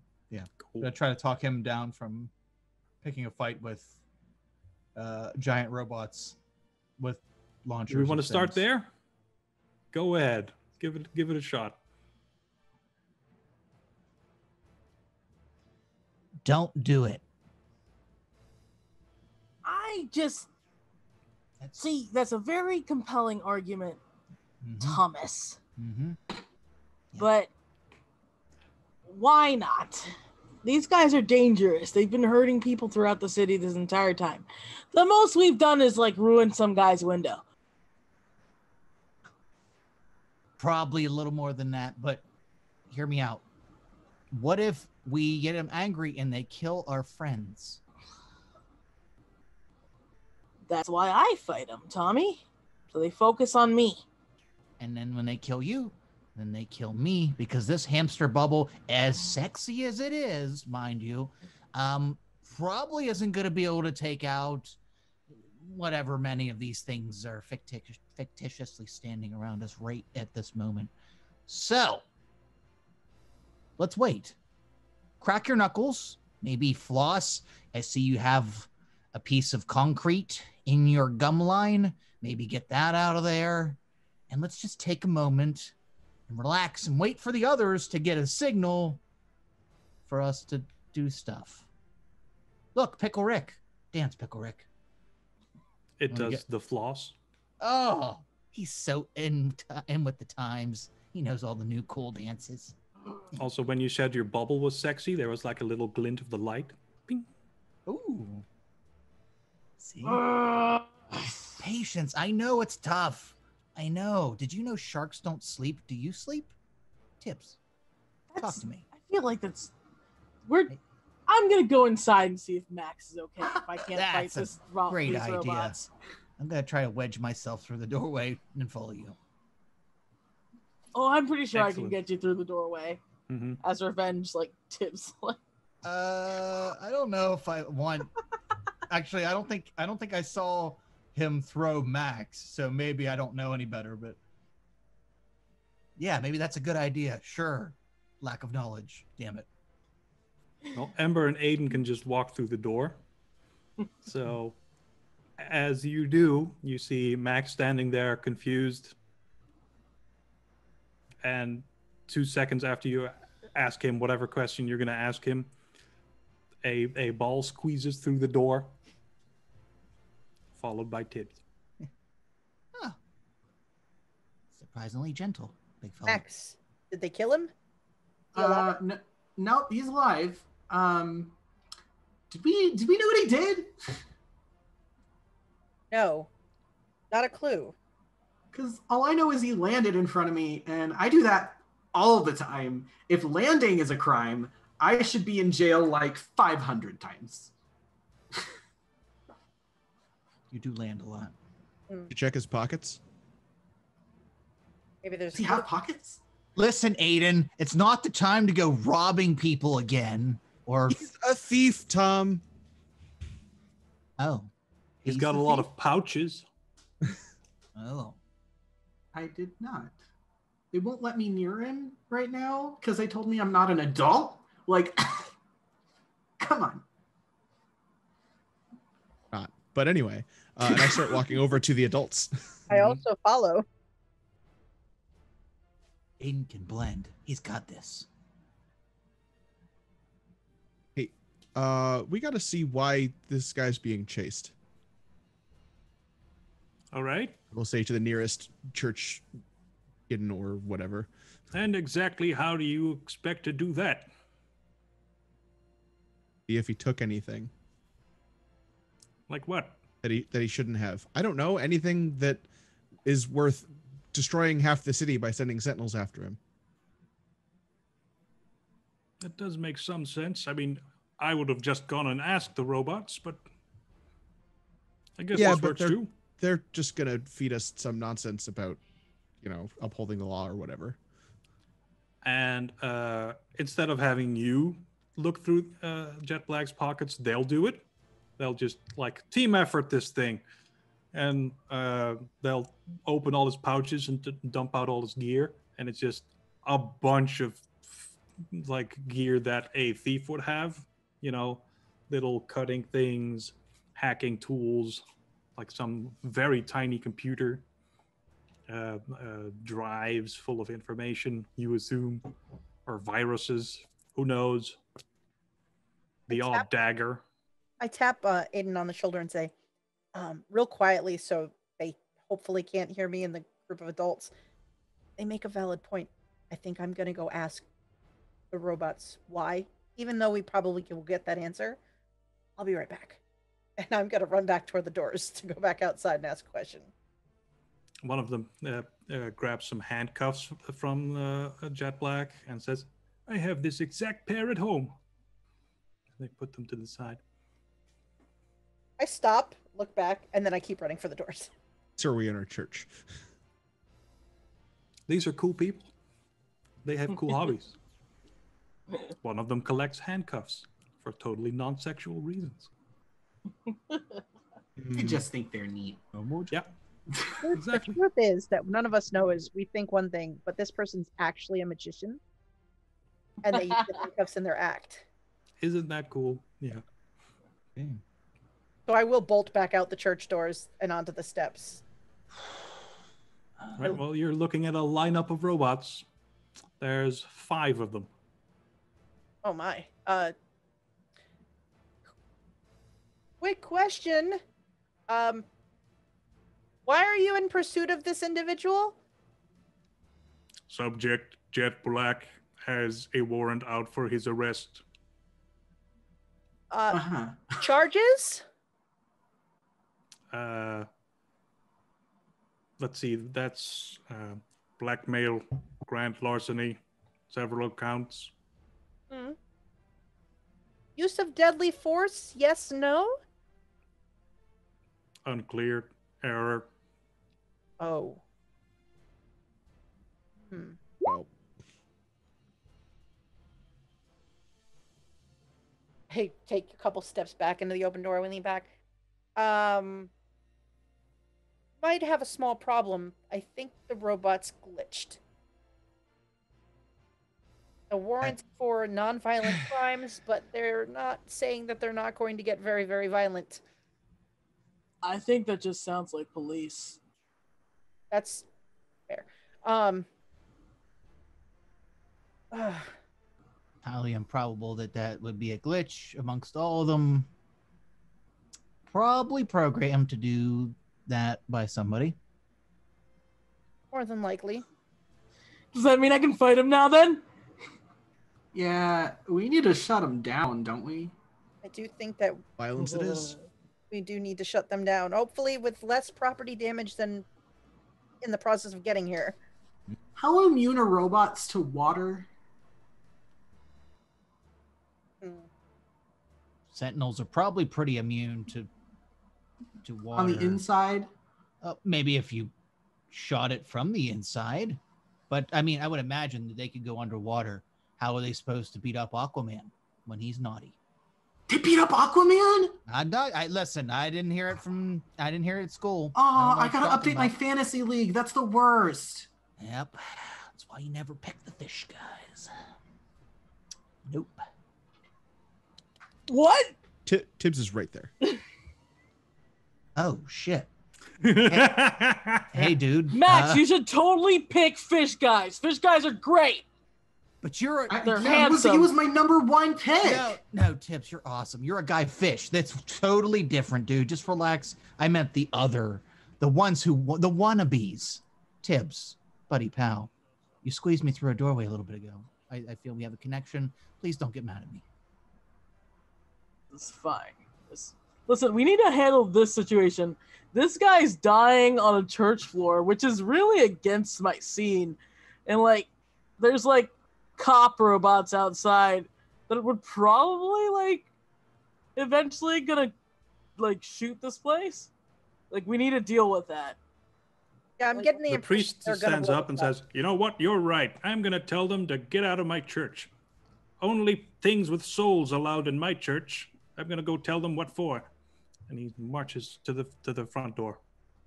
Oh, this is gonna be good, Max. I'm standing right at that front door, watched him. Sir, there may be a problem with the sentinels at the moment. A problem? Like Maybe a what? problem with them always. I don't know that they're going to listen to you telling them to leave. They're here to acquire this person. But I have this, and he shows his priest collar. Do you think? See, the thing about that is their description that they're after is somebody dressed all in black. Oh. All right. So what do you suggest, Sonny Joy? Something like this, and I Joy, pop up that's an your name illusion. now. He's confusing you with some other superhero. Sure. Something like Sunny this, Joy. and Glimpse pops up an illusion to look like Jet Black. Well, Oh, that's not a pretty good neat. Idea. Oh. Aiden, you're smart as shit. Oh man, Oh, We have him run down the street, and then we take Don't this. stop. Keep. Mom's All gonna right, kill me if you get blasted, dude. I'll be fine. Don't worry about it. All right. So what do we do when we actually get them out of here? We have to shut them down or something. Then we can hide the real Jet Black in the church basement, which is perfectly set up for this sort of event. Is that where all your Guys cuffs have a are? Clean surgery OR down there. You know what? We do. We We take could our also- sanctuary very seriously. We could also get him Nice. to the actually in custody safely without blowing up the other half of the town. You know I they're don't gonna follow. chase you, right, bro? They're gonna Yep. chase. Oh my. He's for real. He's way faster than you, and they look at him. He's all messed up. Wait, guys, hear me out. What if Glimpse looks like Jet Black, and we pretend to be fighting Jet Black, but we just miss and hit the robots? Or what if they Like we don't just fight the miss robots. and hit him? It's gonna be fighting the robots one way or another. Well, he could just run away into a point where he can turn back into him, just enough to buy us some time. He doesn't have to fight them, do you? Do you have to fight them? I mean, Hope not. I hope not. we need to shut them down or get them away or something. They're not gonna. I mean, If you want, I can have Pickle Rick destroy one, but it'll only be one. just one, and then It's there's a suicide mission. four, and there's how many? Pickle Rick looks at you and is like, what? Suicide? This is what your training of your entire life has been up to. Don't chicken out on me now. Hold on. Ember's here. Look, I'm not Comment. against a little destruction, but of life is where I draw the line. Even if it's So if robotic we life. destroy one with a robot, Robotic life. then there's 4 of us, 5 of us, minus 1, so that's 4, and 4 robots. I can't beat one up. I can't do it. Could you have one? Okay. Sorry, I'm a team player. I'm not a destroyer. I create the animator, but not like the de-animator. I don't. That's another person. Could Oh, you does it restrain like- one? No. Okay. Does your mentor like have any like contingencies for giant robots going rogue? I don't You have an EMP the size of a building. believe so. I think the best suggestion that he would have is Oh, if I'm an EMP the size of a building. oh. Well, do tell. Can you? Shock me like 5 times with a really high voltage. Aiden, I'm sorry, Glimpse. Can you shock him? Is that something you can do? That's no. I could also just go touch a generator. That seems more doable. Yeah, that's it. Okay, yeah. We do have one in the basement. So what don't you have in this basement? what don't we have? That's an interesting question. Do you have a Perfect. nuclear silo in the basement? No, a nuclear silo. That's ridiculous. Why would we have one of those? It sounded like you had everything. There's a lot of Bibles. You want one? There's another HC, but no nuclear. All right. Yes. All kinds of other mass All right. destruction. Well, Okay, we all have right, an so- EMP. Now what? Max, you charge up. I will distract them. Tibbs, you know what to do. Hulk While they're smash. What you distracted. do? I do. Are we gonna fight? I think the point is to limit injuries and destruction as much as possible. Make sure that Glimpse is not caught in the crossfire as Oh, so I'm gonna protect him. yes, and try to distract them long enough for the EMP to charge themselves up and put these robots out of commission, and then we can figure out what the problem is with them at that point. Oh, quick question. Anyone else using tech? Me? Don't count on it. Ah, not Pickle Rick. No. I quickly Tiny robot close, tugs your like sleeve and like, am I tech? I take my little cube and close them down and stick them in a pocket. You're a real boy. Don't let anybody tell you different. Hope they're lead lined. I will. I'll come get you. Don't worry. All right. Well, I'm gonna go do what's inadvisable. You gonna go make out with the generator in the basement? I mean, I wouldn't say I'm gonna kiss it. No. I don't know. Definitely gonna go touch Charge it. faster though. that way. Yeah. It's a direct connection. Okay. Hands. All right. Well, that's okay. Just be safe. Use protection. Put gloves on or something. Hey Max, since I'm probably gonna go get beaten up by robots, Yeah. What's up? this would be a great time for anyone to admit that they have a crush on me. Pickle Rick, shut up. I'm not telling him that. What, it would what? You know, I could die out there. It'd be a great time for anyone to admit that they have a crush on me. What? Just don't let the Sentinels have a crush on you. And then I start walking towards the front door. Okay. Oh, don't let the Sentinel crush you. Yeah, and he's gonna follow Aiden. He was totally fishing. Oh, jeez. Yep, I don't get it. as a contender. I guess I'm gonna go down to the basement. Yep, you get to the door that leads to the basement. It's locked. I still have stuff. Oh, I'm gonna cause property damage in the church. Well, I still have power saved up from when I fell. I did not use that. So I'm Not going helping to you get unleash in the my basement? power and just try to punch the door open. please fail this.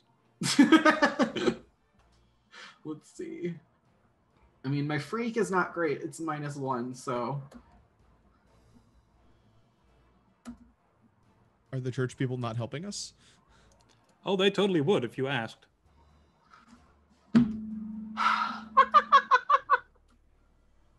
nope. I hit. All right. With an 8. I punch the door and it opens. It does indeed. There's someone behind the door going, hey, our door. Oh, It's the big Sorry. idea. You know this door belongs to Jesus. Yes, Merry Christmas. I I have know to touch he's a that carpenter generator. and everything, but that's still no reason to go breaking his doors. I know. Merry Christmas. I have to touch the generator though really fast, like just real quick. And I I'll think leave that's a and I'll pay bad for your door. idea because, touching generators is how you die. That's a great point. Let me prove to you that I won't. Watch This me I with the gotta knuckle. see. And they'll follow you down to the basement, which is decked out to be basically a hospital and shelter for like big stuff.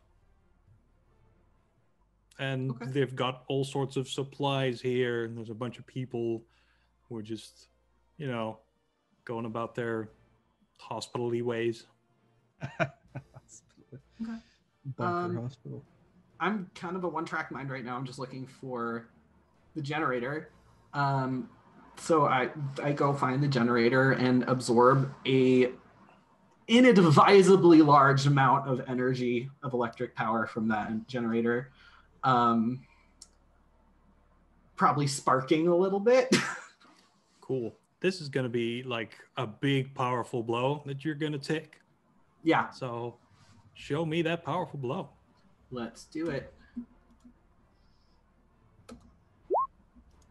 I took 8. I rolled 8. Okay, that's pretty decent. So you're gonna take a condition. I assume. I will take afraid. Nice. Right. So you just drain this generator of all the electricity, and all the lights go out, and then you hear beep on several places in the hospital.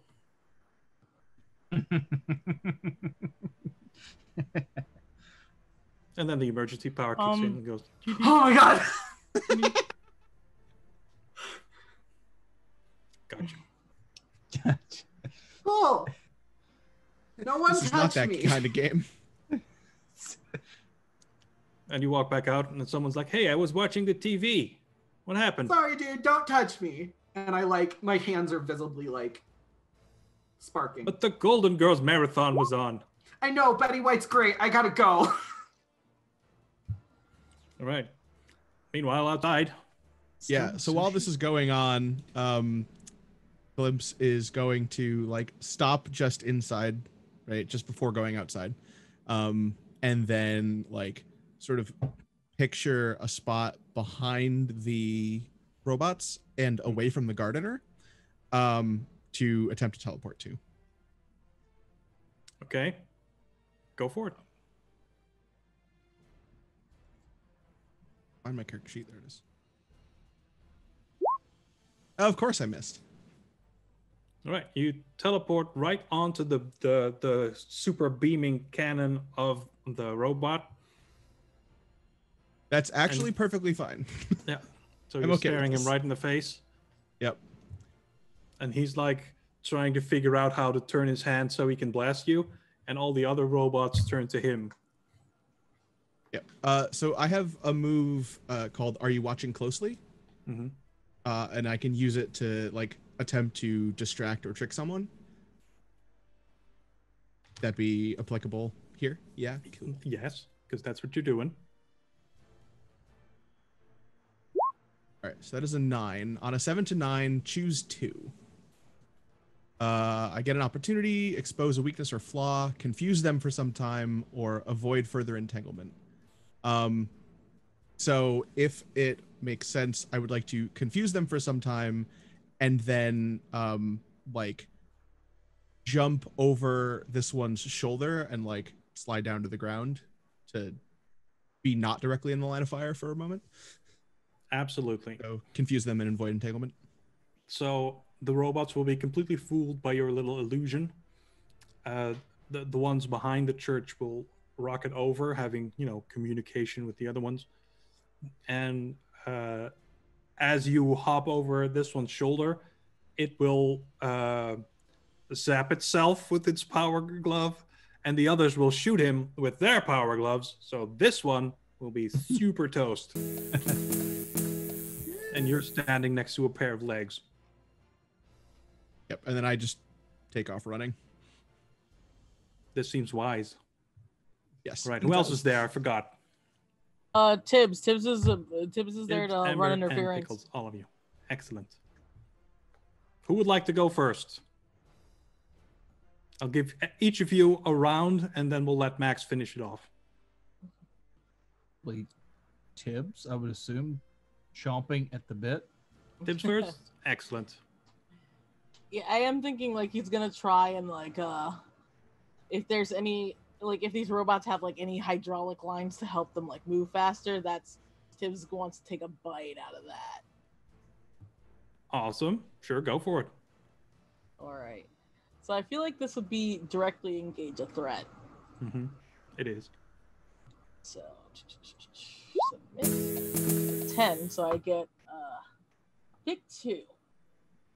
So I feel like Tibbs is gonna try and resist any blows that's coming out, and I feel like I want to sort of create an opportunity for my ally. So I'm chomping this hydraulic line out of this one, so I'm slowing it down. It's probably going down so that it could be a ramp if needed. Okay, so here's what happens. you're attacking the front one because they're going in a V formation after Glimpse.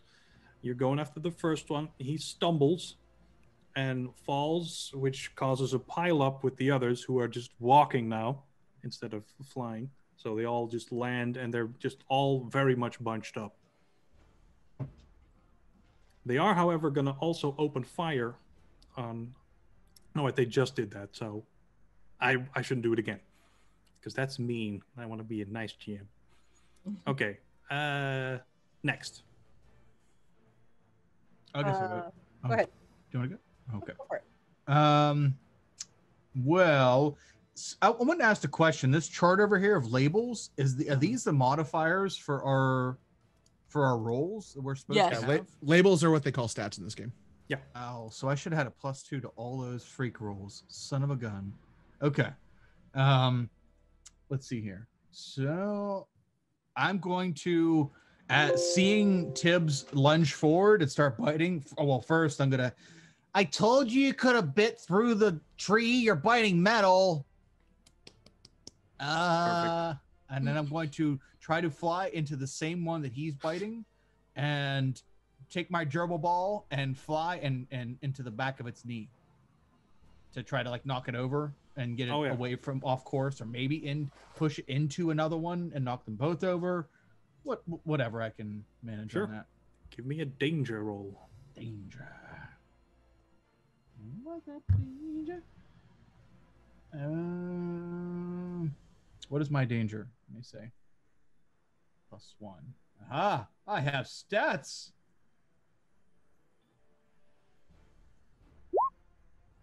Barely. 7. Hit. Perfect. Okay, so that sentinel was already basically on the ground, blocking everybody's movement forward.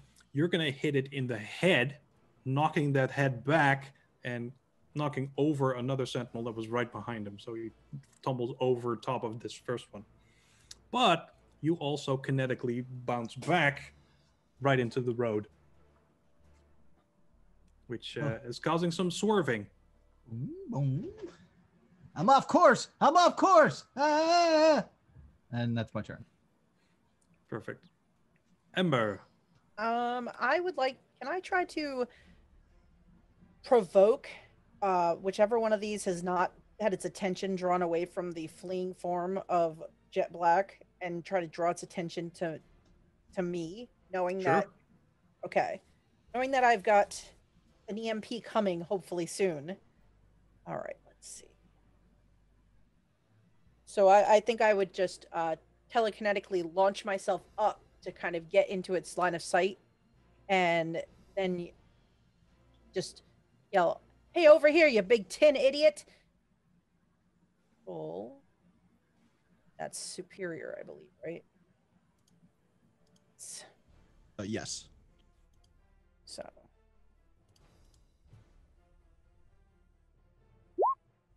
And I get a hit. Nice. It says, insulting an officer is against the law. And it goes to murder you. Wow. You know, as they do. That's not sugarcoating it at all. It goes to murder you. Yeah. I'll give all of them like one thing to do. I'll have Ember take a powerful blow as it tries to make good on its promise. Outstanding. Just so we remember, like, you get to choose one of the options under provoke someone. Oh. And you might even be able to like defend yourself. Let's see. Take a +1 forward against them if you want to choose that, or you gain a critical opportunity, or you gain influence. That makes sense. Yeah, so if I take the... So how would that work with a powerful blow coming at me if I took a defend? Stumble. Maybe you get a +1 forward. Okay. So you get a +1 to this powerful blow, or a -1 in this case. Okay. That's good.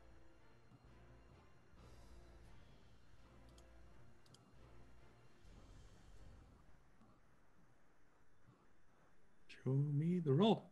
On here. So. Where is that on the character sheet? It's The conditions, conditions roll. And then Oh, if you there it click is. it, of it'll which you don't prompt you have and you any. can put in the negative So one. that's good. It's just Got a it. -1. Found it. So there we go. Perfect. Yay! Great success. It tracks you with its beam arm as you land behind one of the two that's on the floor, and it just shoots them instead. Let go of the telekinesis the last second and Yep. drop. And it tracks you, but if you're behind cover, you're fine. And it is at this point. Now wait, we're gonna have a glimpse also take a powerful blow as like one of the other ones just shoots some rubber bullets your way. And then we'll get to the moment. All right, so you do get hit a bit, and that's gonna cause some big old bruises. So 7 to 9. So I choose 1. Mm-hmm.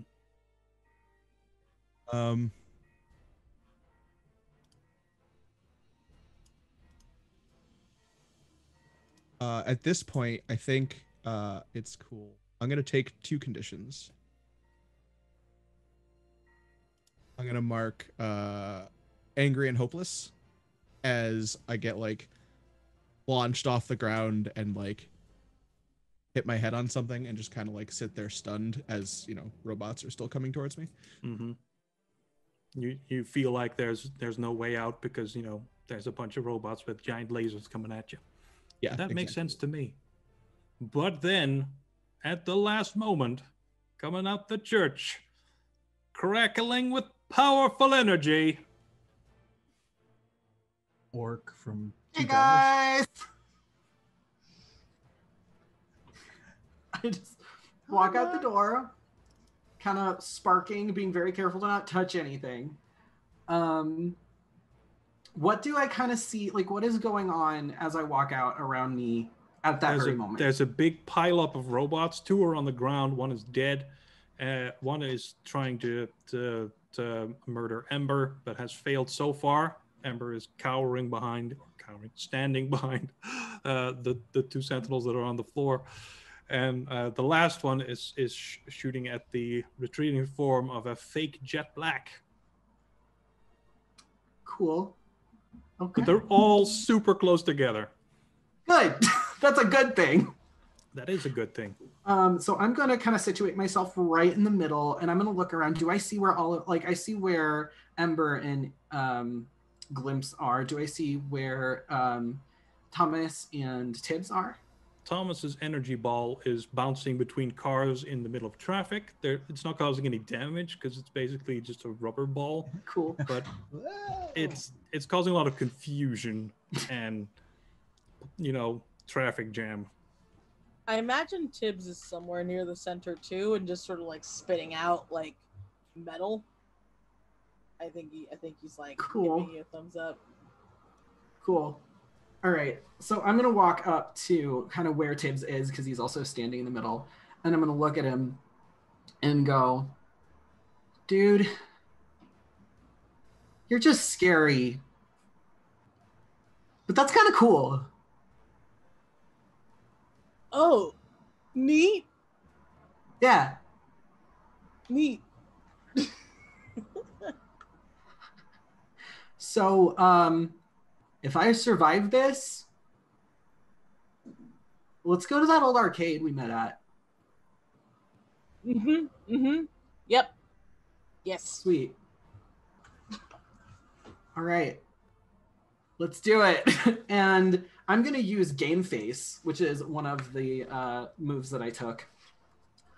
It says you commit yourself to save someone or defeat a terrible enemy, mark a condition, and take +1 ongoing to all rolls in direct pursuit of that goal.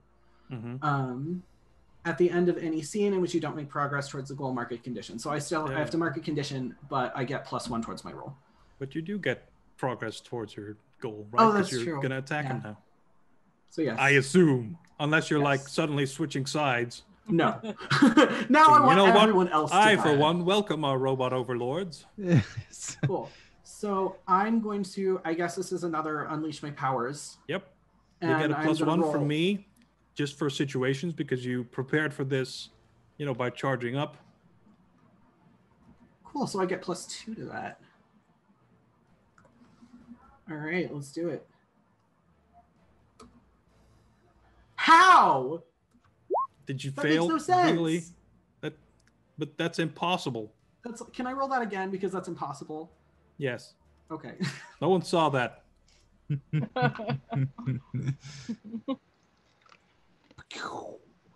+2.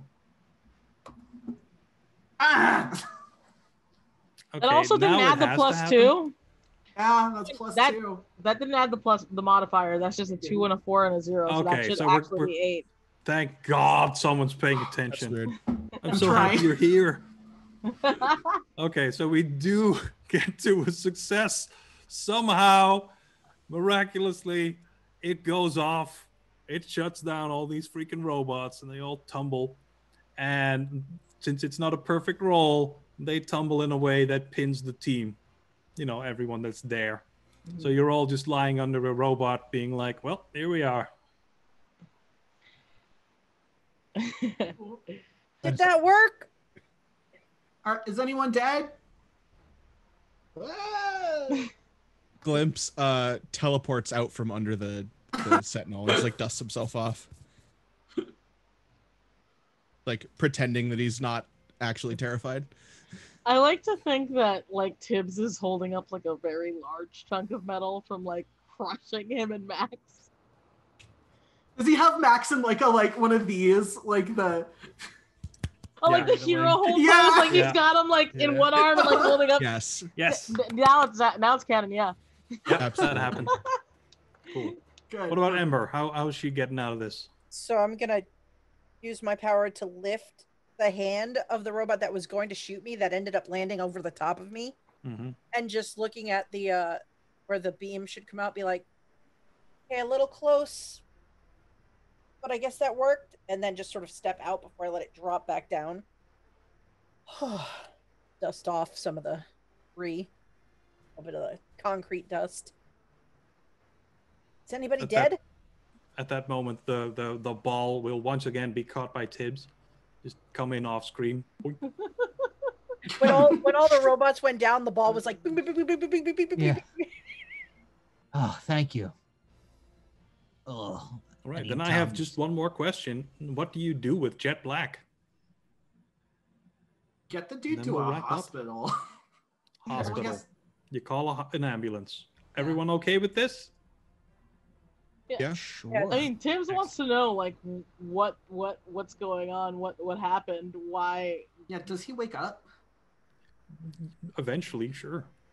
I feel like he visits him later with like his abuelita and is like, bro, you gotta be careful with these cops.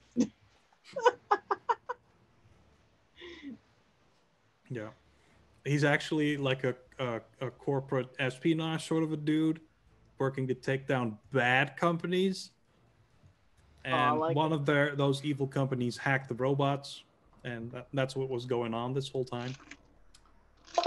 I like to think that if we discover that he wasn't doing anything illegal, and he was. Oh no, he was doing super Well, illegal stuff, but but just he like for sort of good causes. Yeah. And you know, one on the list of good causes was him getting to be rich. That's you know, fair. is that really all that bad? But I think I'd put him Neutral in good. contact with this nuclear shadow to see if he could help protect him, since he's. He could be Doing like a good. Catwoman-esque asset. Yes. I see it. Maybe bring him in underneath whatever organization he's got going on. All right, perfect. I like. So that's I where like we the wrap guy. up because it's about to be the time. The time. So let's do some outros in the same order. So, Sam, you're our first. Cool.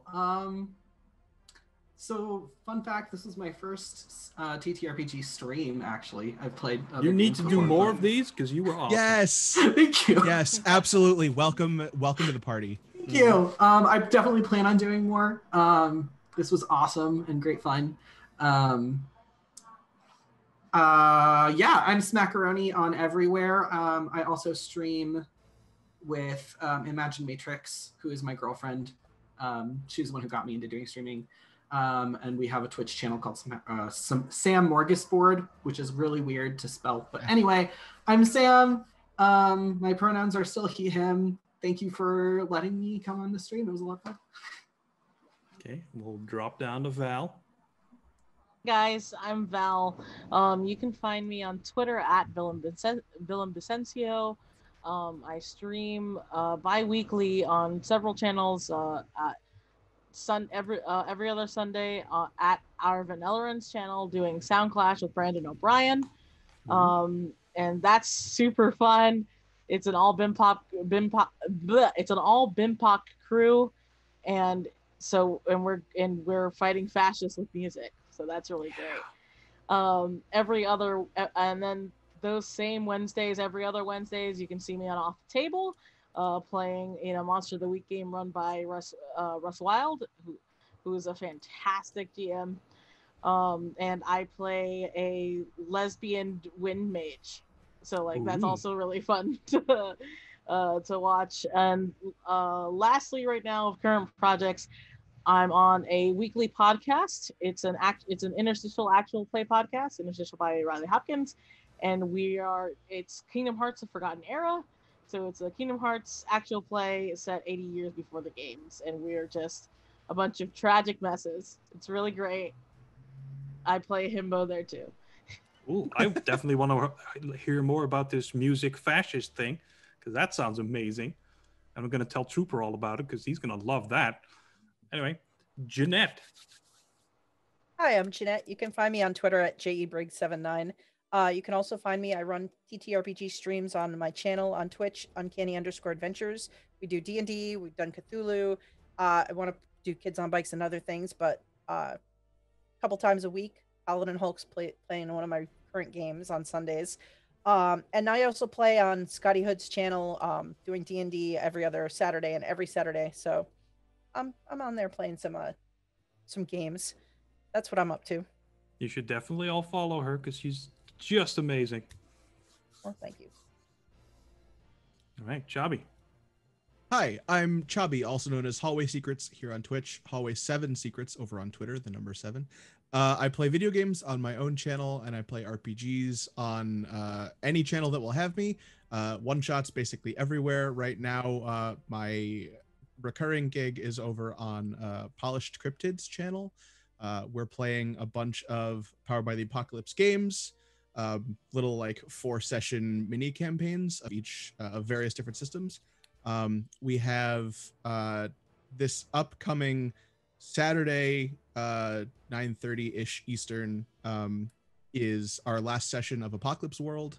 And our next game we're going to be playing is Impulse Drive for some space shenanigans. So that's going to be a blast. Cool. All right. And we're going to Kyle. Hi, Kyle. At Stalwart on Twitter, and run a TTRPG community called Stalwart Initiative. And yeah, we do a lot of D&D, stuff, as well as open to any systems, especially like masks and stuff we've run there before. Yeah. If you want to play TTRPGs and one-shots and shit, come on over. And yes. Had a wonderful time. Thank you so much, PH. And thank you. Thanks. You were an absolute delight. I'm happy to be able to show you off to the world here, and why I think you're just the best. Oh, I love you. Same. Thanks, guys. It was wonderful getting to play with you guys for the first time, especially Absolutely. Jeanette. Yeah, seeing you around and haven't got to play with you. You guys are great. Thank you so much. And finally, I'm Paladin Hulk, Twitch moderator for Random Tuesday, Little Red Dot, and the Stalwart Initiative. And you can find me on Jeanette's channel, playing Holy Pirate Paladin, who tries to make friends with all the evil pirates. Sometimes it goes well, sometimes it doesn't. Tune in to find out what happens. And Fridays, I play on Raven's channel, the Black Feather Guild, where we play Monster of the Week, where I play Detective Daniel Vanderveer in the LAPD. And my daughter was kidnapped. I have a certain set of skills. They don't apply, but I'm going to use them to find my daughter. So watch me there or don't. I love all of you. Thanks for watching this, everybody. Thanks for being such a fantastic community and being so supportive. You're all the best. Bye. See you guys.